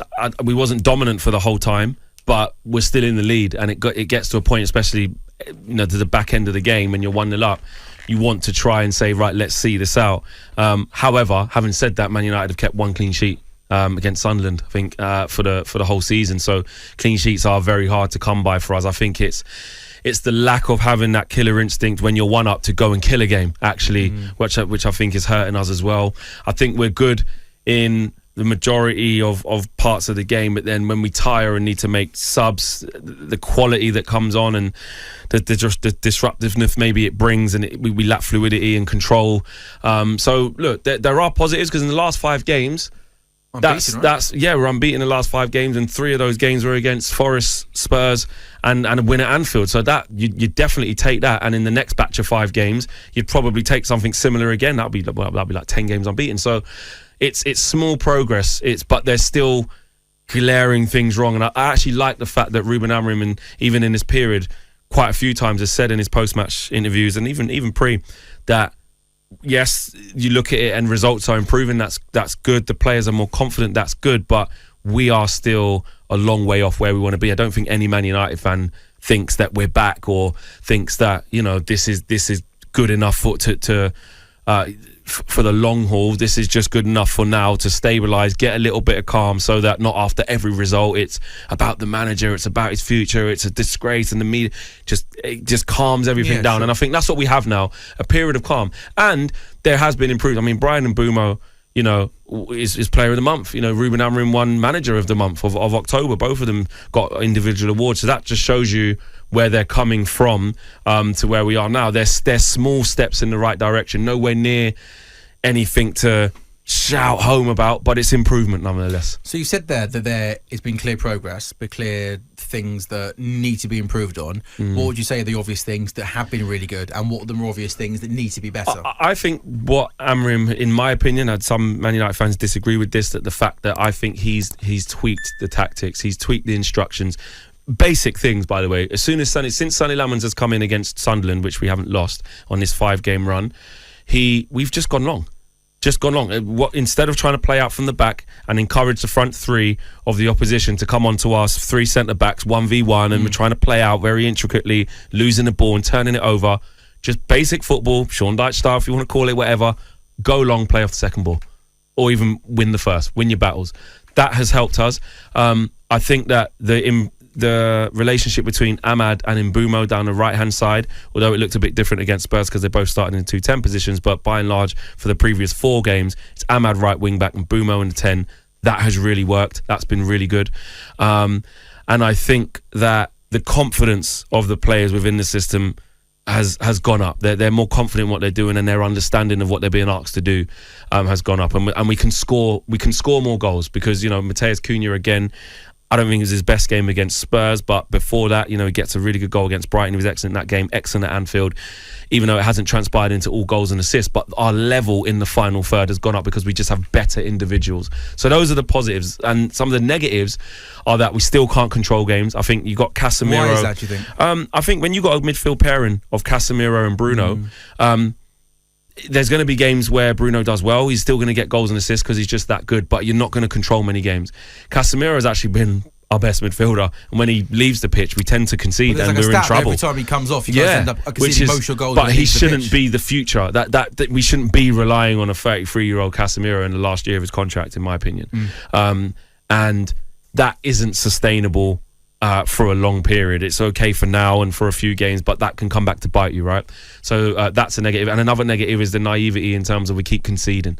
And I think it's a mixture of, not necessarily because the back 3/back 5 are really bad individually. I just think we start to lose control of games because we're not on the front foot. We're not that dynamic in midfield, and we start making subs, and then the game opens up, and we also can still short circuit. You look at the 90 seconds against Forest where we conceded 2 just like that straight out of the bat. Then we conceded 2 in a quick succession at Spurs. That gene is still in there. With 3-0 up against Brighton, concede 2 stupid goals, and you got to go again. Do you know what I mean? So that sort of bozo gene is kind of still in there a little bit. Those are the negatives. Yeah, but, you know, if I'd have said to you at the start of the season that come the third international break of the season, you guys are 7th in the table, you guys are a point off the top 4. But it's the points-wise, it's that. Point of the top 4, you'd have snatched your hand you off bite that, your hand off. And that's where what I have learned in the last couple of months is that we just need a bit of calm. Like, as United fans, there's some that are either, like, too positive and trying to bang the drum of like, see, everything's fine, this manager's great and the players will be fine, I told you it'll all work out. No, we're not there. But where we also aren't is it's a catastrophe, you got to rip it up and start again, and you just need a little bit of calm, and we need to get to the different transfer windows, keep being a better team, keep buying players from within the league. I think Premier League proven, I think that's really helped us. Cundy and Mbeumo have been exceptional, especially in Mbeumo. He's been our best player. Matthias de Ligt's having a fantastic season as well. I think he's been one of the best defenders in the league this season. He's gone under the radar just because it's Man United and it's like, oh, they don't buy well, he's basic. No, then you look at the top guys like Konate and Van Dijk. They've been awful this season. Like, De Ligt has outperformed them in terms of his individual consistency, but because it's just Man United and we're coming from 15th and it's Ruben Amorim and no one really wants to talk about it, but De Ligt's been one of the top centre-backs performance-wise individually this season for sure so far. Benjamin Šeško didn't have the best kind of little cameo, did he, when he came on? He came off the bench late in the second for that really good chance, didn't he, where he went through one goal, didn't score, then he ended up injuring himself from that moment, didn't he? Ended up going off, and you guys had to play the remainder of the game for 10 men. Looks like it's not a serious Don't think injury. it's serious, I think I was reading that after international break that United are expecting him to be back not too long after that. He might miss one and then come back for the next. The fact that he didn't play in that game, the fact that he didn't start at Anfield, did he? Is it a case of it's a young centre-forward coming to the Premier League, big money, big expectation? Is the manager just almost trying to ease him gently into the Premier League, do you think? Is that the right thing to do you think? I think so. I think we haven't learnt our lesson. If we keep trying to get these young guys who are still on the way up and putting all the pressure on them. Now, listen, you sign for Man United and you come for a big price tag, so that comes with pressure. You can't escape that. There needs to be a return, right? It's an investment. But at the same time, I think there's been too much done. I think there's been too much scrutiny from ex-players and the media and of course rival fans. I get that. But I just think I see a young player who is going to develop. He has some really raw attributes. He is more raw at this stage than I thought he would be. I'll admit that. In what, like, but because he's like 6 foot, he's like 6'5", and the clips I've seen at Leipzig, sort of powering through people, I just thought was getting a bit more of a monster in the here and now. But it's not a problem. That's fine. He's got to learn the physicality. He's got 2 goals and like 2 assists, and he hasn't got as much starts as people think. He comes off the bench quite a bit. And Ruben Amorim clearly, like you say, in the bigger games, is still a little bit like, you're not quite ready yet, son. You're not quite ready yet. And what we keep doing is things the wrong way around. So for a while, I've wanted us to have an older, more experienced striker coupled with a younger striker so they can work in tangent, learn off each other, etc., etc., or the younger one can learn off the older one. But what we've done is gone like either too old, so you've got Cavani and Ronaldo, and that's not really working, and you've got like too young, and you've got like, oh, Rasmus Højlund, all the pressure's on you, and you're not ready for it, and then you go and get you Azerzi. Find that balance of the younger player learning from the more experienced player, and you can take a little bit of pressure off and we him. just haven't got that balance yet. So I think Benjamin Sesko will be fine. Manchester United, a point off the top four going into the third international break of the season. And hey, on paper, Everton at home, Palace away, West Ham at home, Wolves away. And next four Bournemouth. fixtures. Possibly some decent games there for Manchester United. You're listening to The Social on talkSPORT 2. The prediction for the end of the season, i.e., we will be in the top 5. We will get Champions League. We will get Europe. We will win a trophy. Amorim will still be there, whatever it may be. Yeah. Which I think that will happen. But, so just open it up to what we think the headlines will be. Give me a prediction for the end of the season. I think we will finish. Got to give a position. The producer just said to me. Oh wow! He's not having it. He's no fence sitting. I think we'll finish about 6th. And Ruben Amorim, I think we'd have seen a lot more positive signs. I don't think there'll be too many disaster classes between now and the end of the season because he's showing that he can adapt tactically. So I think we finish 6th and have a steady season. Crookie, for you, what's your prediction for the season? What position are you going for? I said 5th at the start of the season, and a lot of our talkSPORT colleagues laughed at me. But it's there, isn't it? It's there. If they won the game, if they won the game at the weekend, I think they'd be 3rd. Yeah, so 2nd maybe. Oh yeah, 3rd. Yeah, 3rd. And they've got a lot of difficult games out the way. Already played Arsenal at home, been to Anfield, been to the Etihad, played Chelsea at home, been to Spurs. I'm going to stick with it. I think 5th, and that'll be enough for Champions League football. Yeah, I'm going to go. That 6th one, yeah. I think at the beginning of the season, I was like, the ceiling is 6th. But my ceiling was just top 10. Just so. Well, yeah, but we're past that. We're past that now. I know. You're normally the positive one, but I think now I've had a look at it, and I've been in some bad places, and now I've calmed down. I'm glad you're admitting it. Yeah, I've calmed down now. Top 5. I'm going 5th. I'm going to. No, 6th. You know what? I've pulled the table up just for me to look at it and do some like I'm just doing some like girl math in my head here.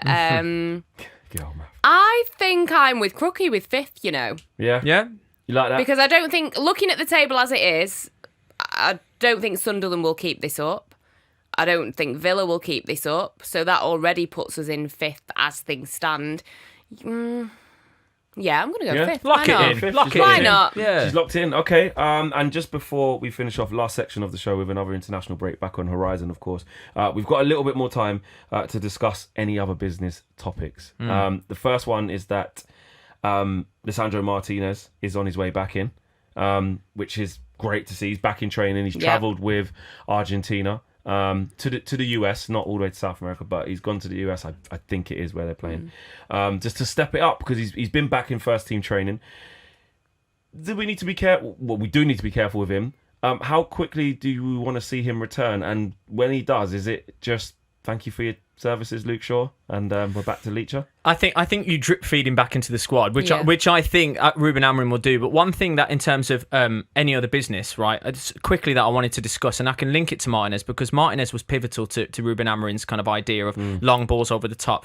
If anyone's wondering why, I suppose there's so many elements to it, but why Manchester United all of a sudden were 5 unbeaten, it's because Ruben Amorim has adapted his tactics. So we're basically in our back four, in our back line, only 30%. That's only 30% of our action area at the moment. What Ruben Amorim's doing is he's doing a long ball, which 23 long balls per game is what we're averaging, which is 76% more than last season. So that's how much of a drastic change that is. We're not necessarily playing out from the back.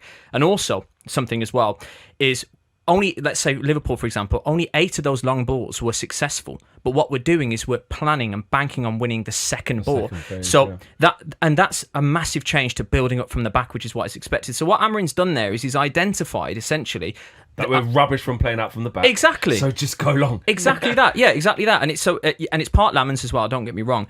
And I think when Martinez returns, see how I link it all the way back. Yeah, I like this. When Martinez returns, I think with that wonder of a left foot that he's got potentially over the top, I think that elevates us to another level if we get a fit Martinez and we can keep him fit. Luke Shaw, as you mentioned, is doing a fantastic job in that role, and I'm so pleased for him. But I think we drip feed him back in and out. Obviously, he's a bit injury prone, so we've got to make sure. But it could be huge news for us in terms of that back and three. Just before he got injured, he was having that little period where he was really good. Yeah. And for you, Ange, you've caught up with another Man United legend last week. Who was it, and what did they have to say? Well, last week it was two legends in 1 week, because I You're on a roll. I know. I don't know who else I'm going to meet. I'm very excited. Spoke to Brian Robson last Monday. We played some of that out on the show. Spoke to Dimitar Berbatov on Thursday. That was really good. He's a real character, really fun to speak to. He is a massive fan of The Godfather. Really? He learned English by watching the Godfather films. He is quite. That probably explains his persona really cool. He looks like, is it Andy Garcia in the third one? Yeah. He has a bit of a look, and he was joking, be like maybe 10 years ago. Got him doing some Godfather impressions. Oh, no way. He was brilliant. He was such a good sport. But yeah, we were talking about Šeško saying he's cautiously optimistic and understands that transition from the Bundesliga to the Premier League, but also says, you have to understand the weight of wearing the Manchester United shirt, and he's got to kind of push through this. And I think Ruben Amorim's spoken about it as well, hasn't he? About how when he's getting the stick, he's perhaps, taking it a little bit personal sometimes, and he's had to try and help him with that. Before we wrap up, I want to talk about the next 5 fixtures really quickly after the international break, because some United fans have gone, I'll tell you what, really favourable run this and that. A bit too dangerous for me to be doing all that. I don't see anything as favourable. I just, game by game, that's where I'm at. But the next 5 fixtures are, we'll go to you first on this, Crookie. Everton at home, Palace away, West Ham home, Wolves away, and Bournemouth home. You're looking at that. How many points are you looking at, or what sort of results are you targeting there?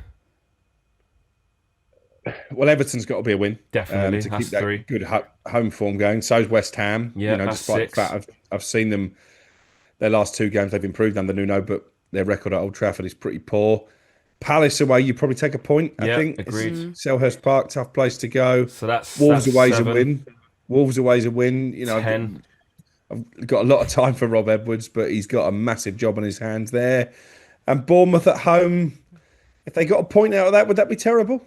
No. I'm with you on that. So you're saying we're only dropping 2 points. So you've got 13 points out of that. Is that right? Well, I've got Everton win, West Ham win, Wolves win. That's 9.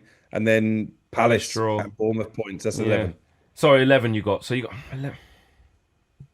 Yeah, I think that's... I think there's no losses Palace, in there. Yeah, exactly. So... I think Palace definitely. That's the one you do look at and go, you could draw 100%. that. You could even lose, but yeah. The way we're going in the away games against the teams that we don't usually win against, But if we do get what Crookie just said, that'll be 10 games unbeaten. And when you look at that run, I know it's on paper. You do expect us to beat Everton at home. You do expect us to beat West Ham at home. You do expect you're us getting to excited. I'm just the producer's in my ear. He's in my ear. I'm just saying it is and Bournemouth at home by then, I know it's a tough one, but it's like the Brighton one and it's like they're tough, but turn up on the day, you should be beating them. Yeah. And listen, we can't avoid we can't afford to have any more losses, because I don't know if you guys know this, but I think we should give Amorim a little round of applause, because he's now finally won more games, 22, than he's lost 21. Oh my goodness. And he's now lost less than Ernie Slot, hasn't he? In 2050, 2025. I was going to say, that's the other slot. The other stat, rather. The other slot. Fewer defeats than the malfunctioning slot at Anfield. Yeah, exactly. Yeah. So we need to keep this trajectory going. Do you know what I mean? We do. We're in the last 30 seconds of the show. Do you agree with that run? Are you targeting exactly that little point at Palace and the rest all wins? I don't. So essentially, there's only one team there I think we can lose to, and that's Palace. So I'm looking at that game with an eyebrow raised. I don't necessarily think we'll win all of them, but I do think 4 out of 5 of those games we can certainly aim to get points from, and I think we should be winning the home games. So I'm kind of with Crookie, I'll be honest. Yeah, definitely. Evans, they're no mugs, but I think at the international break, we're confident. It's all tough. Every single game's tough. Yeah. Who knows? Even Wolves by then might be doing all right. Who knows? It's in 4 games' time we play them. So there you go. Driver talkSPORT me and the Goldstein superstar. It is Darren Bent alongside all the Ask question. Who's the last player to play for England whilst playing for a club outside the top division? Do you want a clue? Well, Surname is a chocolate that comes in triangles. Toblerone. Yes, his surname. And his first name is what you drive, not a truck. Car. No. Van. That's it. Van Toblerone. Yeah. That's a terrible clue. Any idea? Van Toblerone. Yeah, it's really bad clue, isn't it? Yeah, just get to it because we've got to guess. Sam Johnson. Van Toblerone is Sam Johnson. Honestly. I said it was a bad clue. I gave you a clue that it was a bad clue. Still to come, we'll be asking if Marco Silva could really leave Fulham. But now, very excited about our next guest. We can look ahead to a massive game taking place at Loftus Road next month, because on the 15th of December, Game for the Children will bring together former pros and a whole host of celebrities to raise money for a wonderful cause. Let's speak to a man now who will be playing. Former Premier League striker, the wonderful Louis Saha joins us live on Drive. Hello, Louis. How are you? Very good, and you guys? I'm good. Thanks so much for coming on our show. You look very well. Why have you got the background blurred? I'm always a bit worried when someone... Is it a messy room? Where are we at the moment? Yeah, it is. It is a messy room. A lot of... Okay, well, listen, I really appreciate it. I'm a big fan of yours. I know Benty is as well. We're very excited we got you on the show. So thank you so much for your time. Listen, before we talk about this this wonderful game for the children, what a wonderful cause that is, before we do, there's only one place we can really start this evening, and that's with a former teammate of yours at Manchester United, the one and only Cristiano Ronaldo. I don't know if you're aware of this, but earlier in an interview, he announced his career, his words, not mine, coming to an end in 2 years or so. He did also admit the next summer's World Cup would be his last. When you were playing with him back in 2006, did you think he'd still be playing in the year 2026 and beyond? Not really, because he was very honest back in the day. The way he was kicked in the Premier League at the first few years, he didn't think that he would last that long. But after he realized that his fitness and all his kind of ambition that he planned as build something amazing, and I can see year after year that his eyes is full on records, getting more accolades. It's amazing to have this obsession, and I can see that this guy will never stop, whether he's on the field or other situation. He's always wants to aim for the best. Louis, did you said there you saw him when he was younger. Could you always tell though that he would go on to become one of the best players that obviously we've ever seen? I think after maybe 1 year, a few training sessions was enough for telling that this guy is a huge talent. But to see that this dedication and all that came to a game in Champions League away from home, we play against Roma. And basically, I see this boy, cute boy, like looking after himself in front of the mirror, and basically score a goal that was ruthless. He came from outside the box and jumped on the ball, header, full of confidence, full of power, very aggressive. And I say, hang on a minute, he used to be a winger, like trying to trick people and all that. And so this guy has no limit. I really understood that from that point he could become the best ever. Louis, I've got two questions about Cristiano Ronaldo. One's nice, one's not nice. I'll ask you the nice one first. Is he the best player you've ever played with? By far, yeah. Okay, now the not nice one. Who's better, him or Messi, in your view?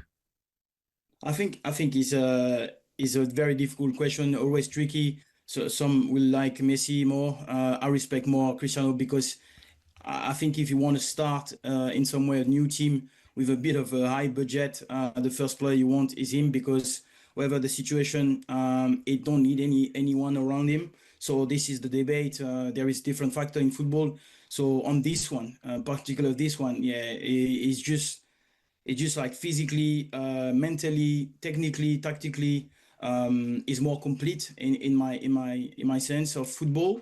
But yes, when you look at quality and all that, this is debate. You have to look at the genius Messi and respect what he's done. Okay, great answer. Listen, let's ask more nice questions. We'll go back to the main reason we've got you on our show. I mentioned the 15th of December you're playing in the Game for Children. It's going to bring together former pros and a whole host of celebrities as well. How much are you looking forward to it? Yeah, I look forward. Obviously, it has been cancelled at some point, and I was like really looking forward to it. Have a bit of time to get in better shape, so really good. But yes, it's a very important cause. So many big players understand why we're here. fighting for children, but for parents as well in some way.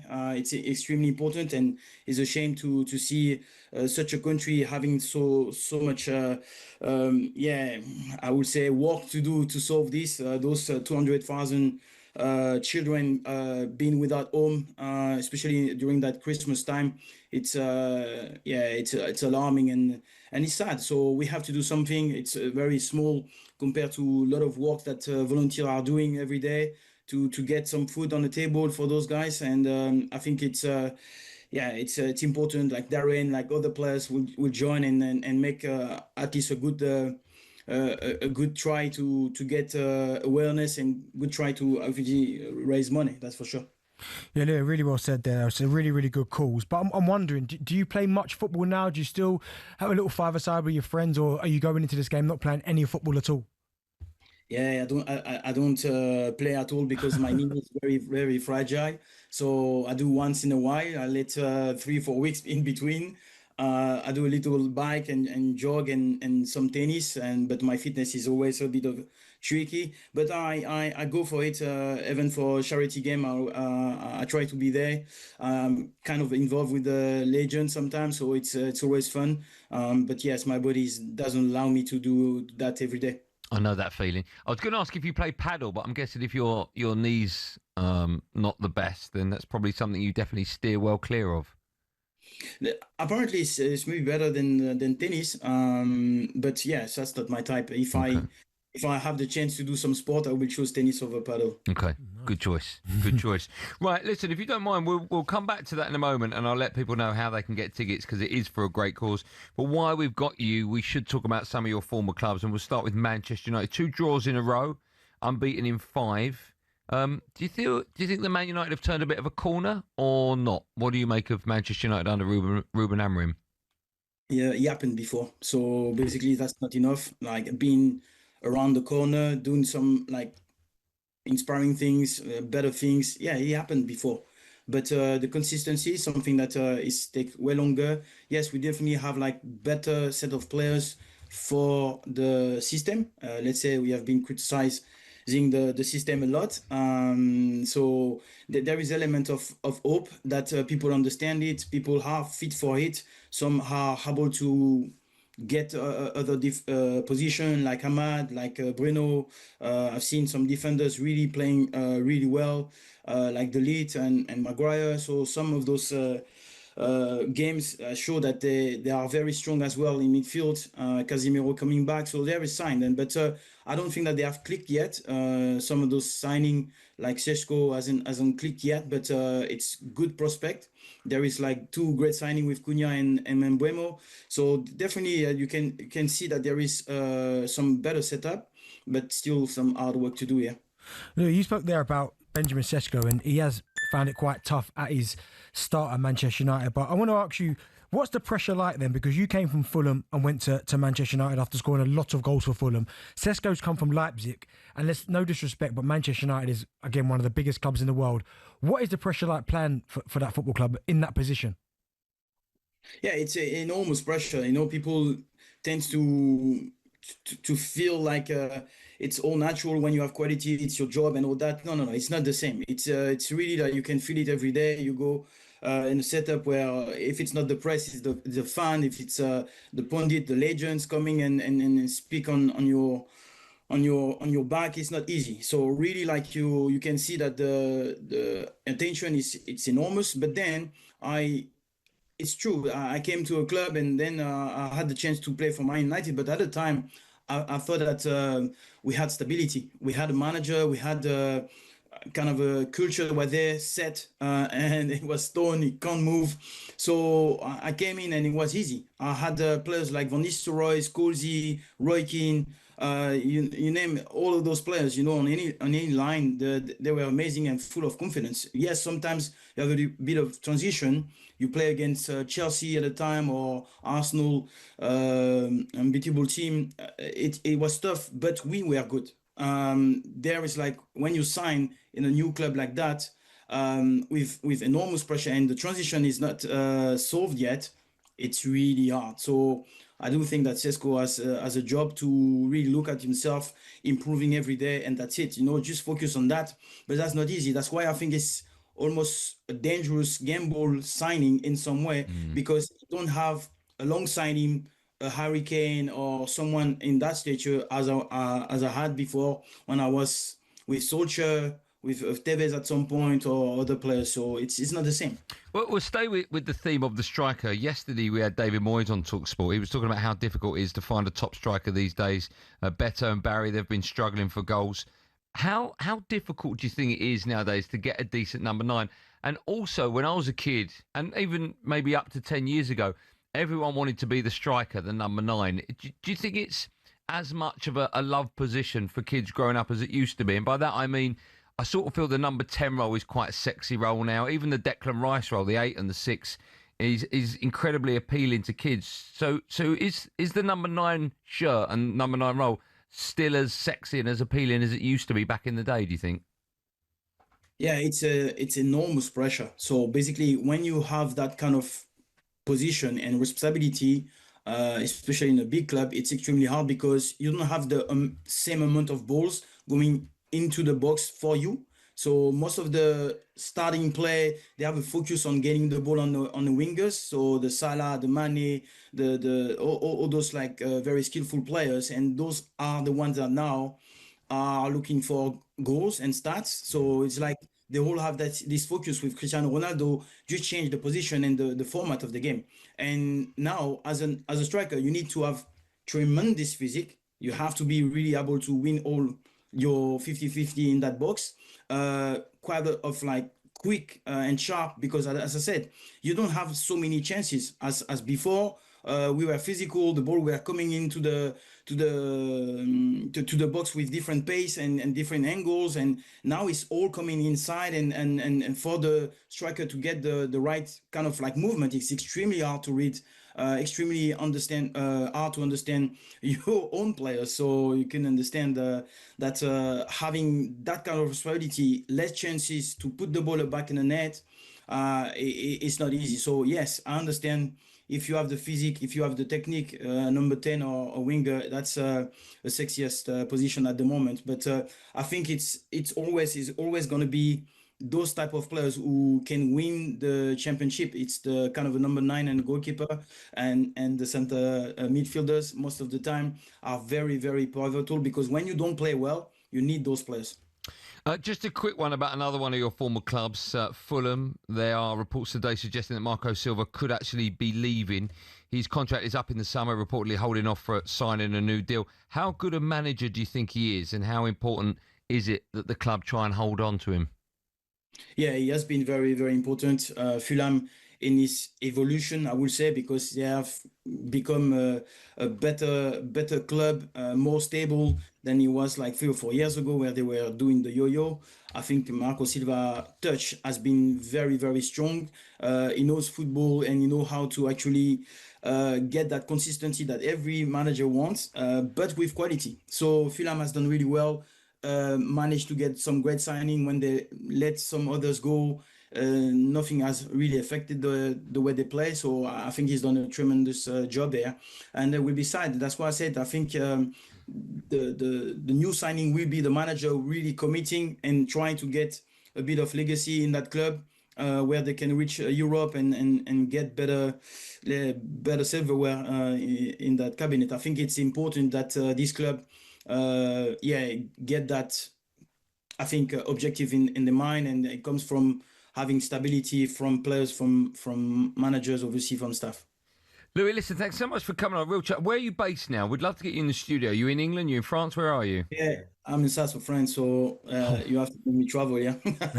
Well, you broke up there when you said pay for travel.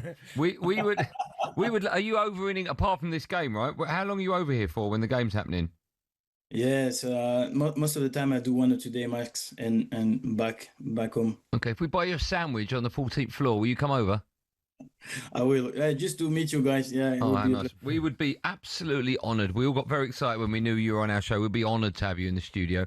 So hopefully that'll be sooner rather than later. Let me just remind everyone where they can see you on the 15th of December, game for the children. going to bring together former pros and a whole host of celebrities to raise money for a wonderful cause. There's still a few tickets left, everyone. You can go to www.games4, and it's a 4 as a number, games4thechildren.com. Louis Saha, a real honour. Thank you so much for your time. We look forward to seeing you, hopefully, in the next, 4 months, 6 months in London in our studio. We'd be delighted. That'd be great, Louis. Cheers, Louis. See you. Thanks for coming on. There you go. Louis Saha, how nice was that? Legend. I'd love to see what was behind him in that room. Some people just do it so you can't see anything that's happening in their room. But he was a great player, wasn't he? Yeah, he was. Louis Saha. I had his goal record in front of me. Where was it? Yeah, but you think Fulham, it was insane. Like injuries, I think, just killed him because he had all the ability. I mean, he could jump higher than anyone, take the ball in his chest. Lovely left foot, lovely finisher. Fast, wasn't he? Yeah, but don't you remember his spring in the air? I don't remember that. Oh my goodness! Wow. No. Yeah. What? Okay. I mean, he was 1 in 2 wherever he was at. Really, Yeah. give or take. Played for Lazio at the end. You know that? Yeah. Yeah, okay. When we come back, we will have some fun with the best of talkSPORT. And I think we've got another song to play. The best one, Billy's, is coming in less than an hour. Good evening. This is Kickoff on talkSPORT, and you're in the company of Danny Murphy, Darren Lewis, and Natalie Sawyers. We take you through until the sports bar at 10, where you can get your calls in and have a little chat with the guys later on. Before we move on to what's happening at Molineux and to get Darren and Danny's take on the Rob Edwards situation, we should have a quick word on Manchester United, really. I suppose you could say on the negative, it's the second week running. They were leading in a game and then went on to concede twice and draw a game, that following the Forest result previously to what happened at Tottenham. But they are unbeaten in 5. So are we starting to now see a true Ruben Amorim Manchester United that might... Look at you. I can see this grimace on your face, Darren. It's like, don't be so ridiculous. But that might end up pushing a little bit further up the league. Well, behind the top two, and I'd have to say the top two because obviously Liverpool's form at the moment is inconsistent. We'd have to accept that. It's really a bit of a free-for-all. And I think their proximity to the top 4 in the context of this league is probably justified, but I still think flatters them because this is their first unbeaten run of 5 games since he arrived at the club. Defensively, they're still frail. They'll still give you opportunities. Even in the games they win, they still give the opposition opportunities. I saw the Brighton game, for example, and they were hanging on by the end. I saw the Sunderland game, and Sunderland were unlucky, in my opinion, not to get something out of that game. And this game kind of summed up what Manchester United are, because in every game they will have a lapse in concentration that will hand an opportunity to the opposition.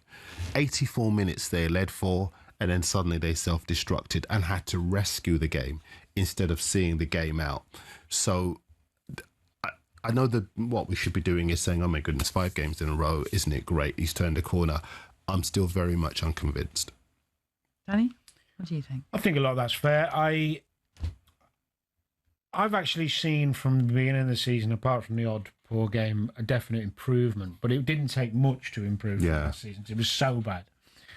I think they've moved forward in terms of the system. They look more comfortable with it in a lot of especially more of their attacking play. They've got good numbers in terms of chances created, expected goals, shots on goal, all that stuff. Mainly because they brought in 3 really good players who are giving them an extra dimension up the pitch.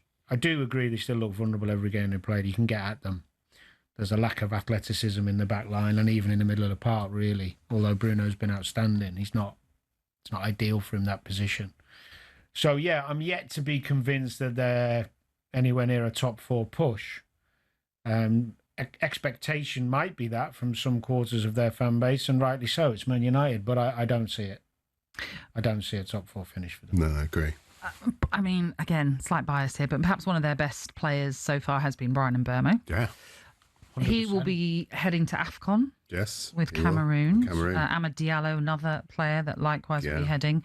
Big blow, those two. Well, this is what I was going to come to, really. Well, the dynamism basically comes with those 2 players. Once you, whether it's pace, whether it's creativity, whether it's the ability to take opportunities when they come in the box, those guys bring the fire. And I think they have been responsible for some of their biggest moments in this 5-game run. So if the AFCON comes around, when the AFCON comes around and they go, you're looking who else can take responsibility like that. Now, Sesko does look good, I have to say. I mean, he looks as though he's got an issue. I wouldn't say that he's on the level of Mbuema. Has he just pulled out of his international squad? Yeah, he's just because he's got knee injury. They're trying to assess how severe it is or isn't. But I think the two players. Say again. What are you alluding to there? No. I genuinely do think that. They need to assess it, yeah. Yeah. But I think it's in terms of the dynamism in that side, it comes from those two players that you mentioned. Well, those two and Cunha, you'd have to say. And Cunha. When those two go, big responsibility is going to fall on him. Ultimately, even if they kept those two, defensively, they are vulnerable. They might do some business in January. We don't know. It wouldn't surprise me if they're in a remote chance of getting top 4. But the AFCON starts in December. Okay. So there will still be a period where they'll be without those players. And if they are without those players, then you have to say to yourself, who is it that you would see stepping up? Bruno Fernandes always steps up. But not in that position necessarily. No. Yeah. It might be a coincidence or not that the fact that they conceded their 2 goals once Harry Maguire and Casemiro went off, both of them don't seem to be able to finish 90 minutes. Is that a huge concern as well? And that's clearly an area they're going to have to fix too. Well, yes, I agree with you. I don't know why there's this constant theme with Amorim where he has to change centre-halves. He's done it from day one. Harry Maguire's more than capable of lasting the 90 minutes. And just because some numbers on the GPS thing you wear or, because he's of a certain age. Same with Casemiro. I used to be... I can tell you now that in my mid-30s, or early to mid-30s, I was better at lasting games than I was in my 20s. Because I knew how to conserve energy. I knew when to play safe or when to play percentages, influence others, slow it down. I think he makes those type of subs too quickly. I think he does it because he thinks that's just what I do, rather than assessing, is this what we need? Dan, what impact does that have when especially with senior players, when a manager does that? Well, it depends on the type of player you've got. Normally, a senior player will be obviously a decent footballer, but a good communicator. And Maguire's an organiser, and he's a monster in terms of his physicality. So if you're getting corners and free kicks coming in, the team trying to get back at you when you're winning, who better to have? And Casemiro, irrelevant of his legs, when the ball comes into him, he's so good. He knows how to see out a game. He's done it all his life.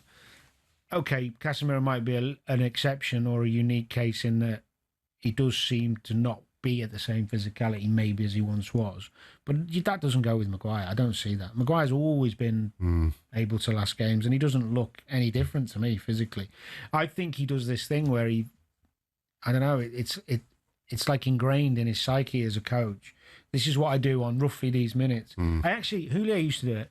Julio had he had a certain time frame, and Roy Hodgson used to have a time frame in games where they were the minutes we're going to make subs. Julio a bit different actually. Sometimes he'd lose it and do it half time, but generally it'd be later. And Roy would never make changes before 65. Never. Unless it was desperation. What was the significance of that? Well, he felt that it was beneficial to us because the players on the pitch, which he'd put on the pitch on purpose because he thought they were our best players, best 11, would work it out and give you the chance to work it out, rather than mess it all up and change the system and personnel and have to adapt again.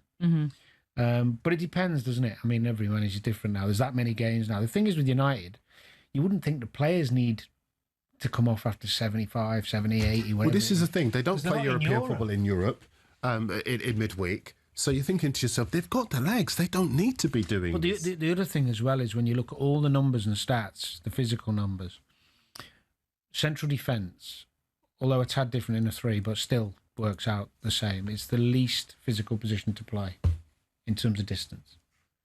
So you don't need to change them. I think Michael Rich did a piece the other week, didn't he, on how many changes he made in them. It was really good. And of course, organisation. Yeah. If you're playing in a 3 or a 4, you're used to the same people near you always doing the same things. It always causes and it can't be any coincidence that, as you say, makes those changes unnecessarily. And then they're all at sea a little And then they're all at sea. Mm-hmm. And they could have been anyway, but yeah. 2-2 then. That one finished in North London. Okay, lots more to come as we digest what happened in the Premier League, and we will talk about Rob Edwards and whether he is the right man to take on the Wolves job. Been a difficult start, obviously, for the season for Wolves, who find themselves bottom, yet to win just 2 points from their 11 games. You're tuning in to Kick Off on talkSPORT with Ladbrokes. It's 18 and over. Gambleaware.org. Good morning, very nearly 6 minutes past 8 o'clock. It is Tuesday, November the 11th. This is talkSPORT Breakfast with me, Jess Selling, Ali McCoist and Arnold Clark. Get the UK's best used car deals guaranteed. We'll talk sport again in a moment or two. Steve H from Stockport, who's a Man City fan, says, ask Jeff if he has cranberry sauce in his Christmas dinner. Yes, I do, Steve, along with bread sauce as well, but some of you are getting carried away. Kendo says, here's a weird one for you both. Have you dipped a penguin biscuit in tomato soup? Absolutely delicious. I'm afraid to ask you, Coisty. No, it's you. A penguin biscuit and tomato soup. Yeah. No. No. I mean, you dunk bread in soup. You don't dunk biscuits in soup. No. It's a definite no. Fraser said, morning, boys. I always have some beetroot on my Christmas dinner with a drop of piccalilli. Beautiful, says Fraser. I don't mind beetroot, by the way. Your Christmas dinner? Well, I wouldn't put it in my Christmas dinner, right? But I don't mind it. Yeah. And I don't mind a bit of piccalilli either. Yeah. On the England full centre defender situation, Jamie says Eric Dyer, also out of sight, out of mind. Chuddy says Tyrone Mings, but Tyrone Mings, unfortunately, is another one who's injured at the moment. And Sam from Stourbridge, this is interesting, actually. The lad Cresswell at Toulouse, that's Charlie Cresswell. Yeah. Watch him at the under-21 level.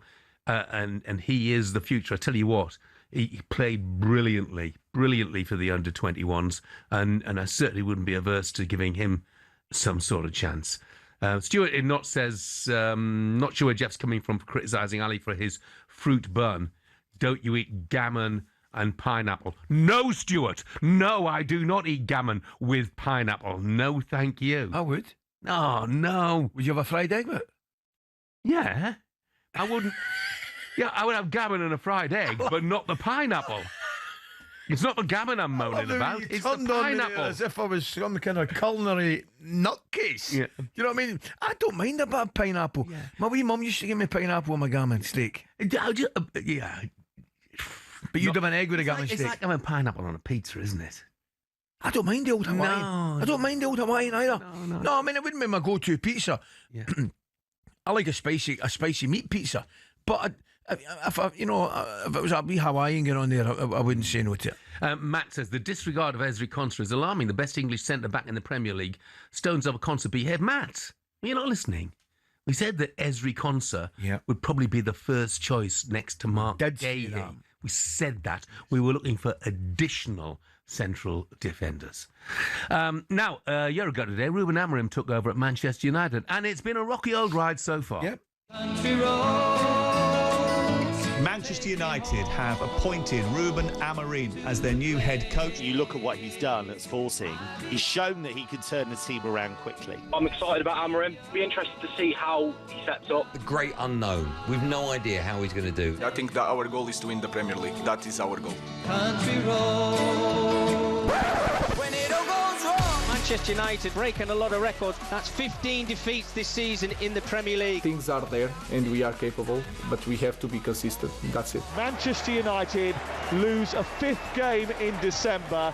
It feels hopeless. 7 Premier League games without a win for the first time since 1992. This is Manchester United. Get used to what you're seeing on a weekly basis. They are just clearly not good enough. We are being the worst team, maybe, in history of Manchester United. I know that you want headlines, so here you go, your headline. Amorim sticking to his style at all costs has made United even worse. He's factually the worst manager that Manchester United have had. Grimsby Town have knocked Manchester United out of the League Cup. They are one of the worst teams I've ever seen. I wasn't Billericay, but I reckon I could do a better job than Amorim. The system doesn't work. Until he changes that system, we ain't going to get any better. A desperate Premier League season last season, finishing 16th. Then, of course, they lost the Europa League final to Spurs. as well. But look, they're 5 unbeaten now. Looks like that maybe he's turned a corner. What do you think, Coisty? I think he has. I think he's turned a corner. Yeah, I think there had to be an improvement for last year. Last year was a disaster, wasn't it, from start to finish? And there has been an improvement. I definitely think they've turned a corner. I still think they're miles away from where they want to be.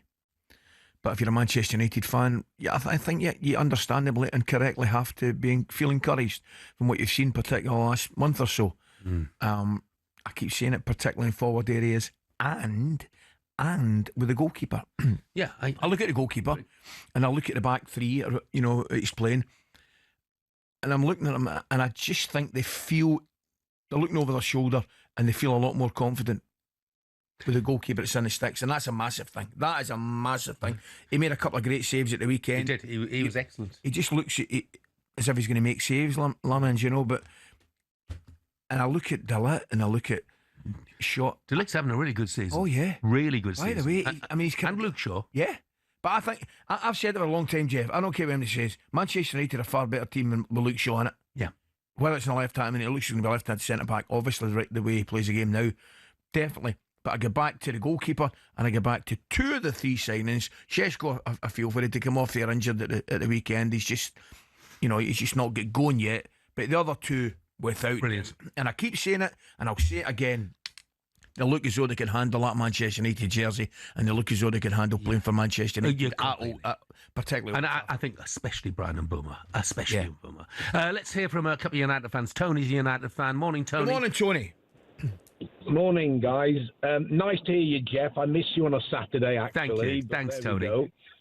I'm hoping they've turned the corner, but I honestly can't see it. I mean, I used to love the team, didn't like the club, but loved the team. But now I don't like the team. The only 2 players that are doing it for me are Mbeumo and Cunha, and I think Amorim is like an emperor's new clothes. I can't see it happening. I hope I'm wrong, but I can't see it. The job's too big for him. The other thing is when you look at the game on the weekend, you've got 2 teams that played atrocious football. The defence on both teams are awful. And you've got to look at the quality of the Premiership when those 2 teams are up there in the top 7. That is my view. On a separate issue, I was involved in the campaign to get 2 teams up from the Vauxhall Conference way back in the early 2020s. Yeah. And that was when the chief exec was John Mulls. I don't know if you remember him. He used to be a professional referee. Yeah. And what a lovely guy. He's unfortunately passed away now. But we did a campaign where it was 2 up to the league, and it was really cool, where we did 2 fingers and we had ad vans going round and a campaign, and it was tongue-in-cheek, but 2 up to the Football League. And unfortunately, a great friend of talkSPORT was involved in football then, and he was very anti 2 up coming from the conference, and his name was Barry.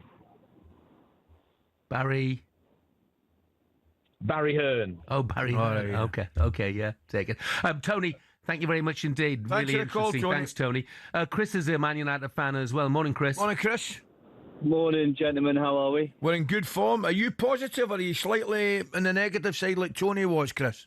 Well, before we get to that, Ali, what am I hearing on this show this morning? Some people with their Christmas dinners, utter woke nonsense. I agree. Completely agree, Chris. In the words of Joe number 2 yesterday, this country is full of plant pots. Just get your meat, get your veg, get your potatoes, and smother it in gravy and get stuck in. Don't worry about all these different sauces. Just crack on. Go on, Chris. Crack on about Man United now. So I'm not the same as the previous caller. If I look back in the last year as a whole, if I start from off the pitch, I feel like as a club, we've progressed a lot off the pitch. That's from embedding of senior team, a new recruitment strategy where we're actually getting players that want to play for the badge before they turn up. We're getting the right people in the door. The work rate is good. We're we've got rid of bad players, bad eggs, and these players who've got previous managers sacked consistently, and down tools. I don't see anyone down tools in, even if we're not playing well. We can see the work rate there. And I think in terms of on the pitch, I am seeing a style of play. Yeah, it's really early days, and I think these things do take time, especially if you're trying to change a complete culture of a club. But I am seeing progression. I like that all the players talk highly of the club, and I like what I see in the pitch in terms of effort. I don't think we'll get top 4 this year, and I'm absolutely comfortable with that. But I just want to see this style of play and an identity by the end of the year, that we can keep recruiting the right people into that team. Chris, thank you very much indeed. Thanks, Chris. And don't forget, Chris, bread sauce and cranberry on your Christmas dinner, okay? No chance. No chance. Coming up with non-league football becoming all the rage, now that there are Premier League players playing, well, it's Sunday morning football rather than non-league football. Ali's beaten his very own Sunday morning talkSPORT 11. We'll find out who makes it next.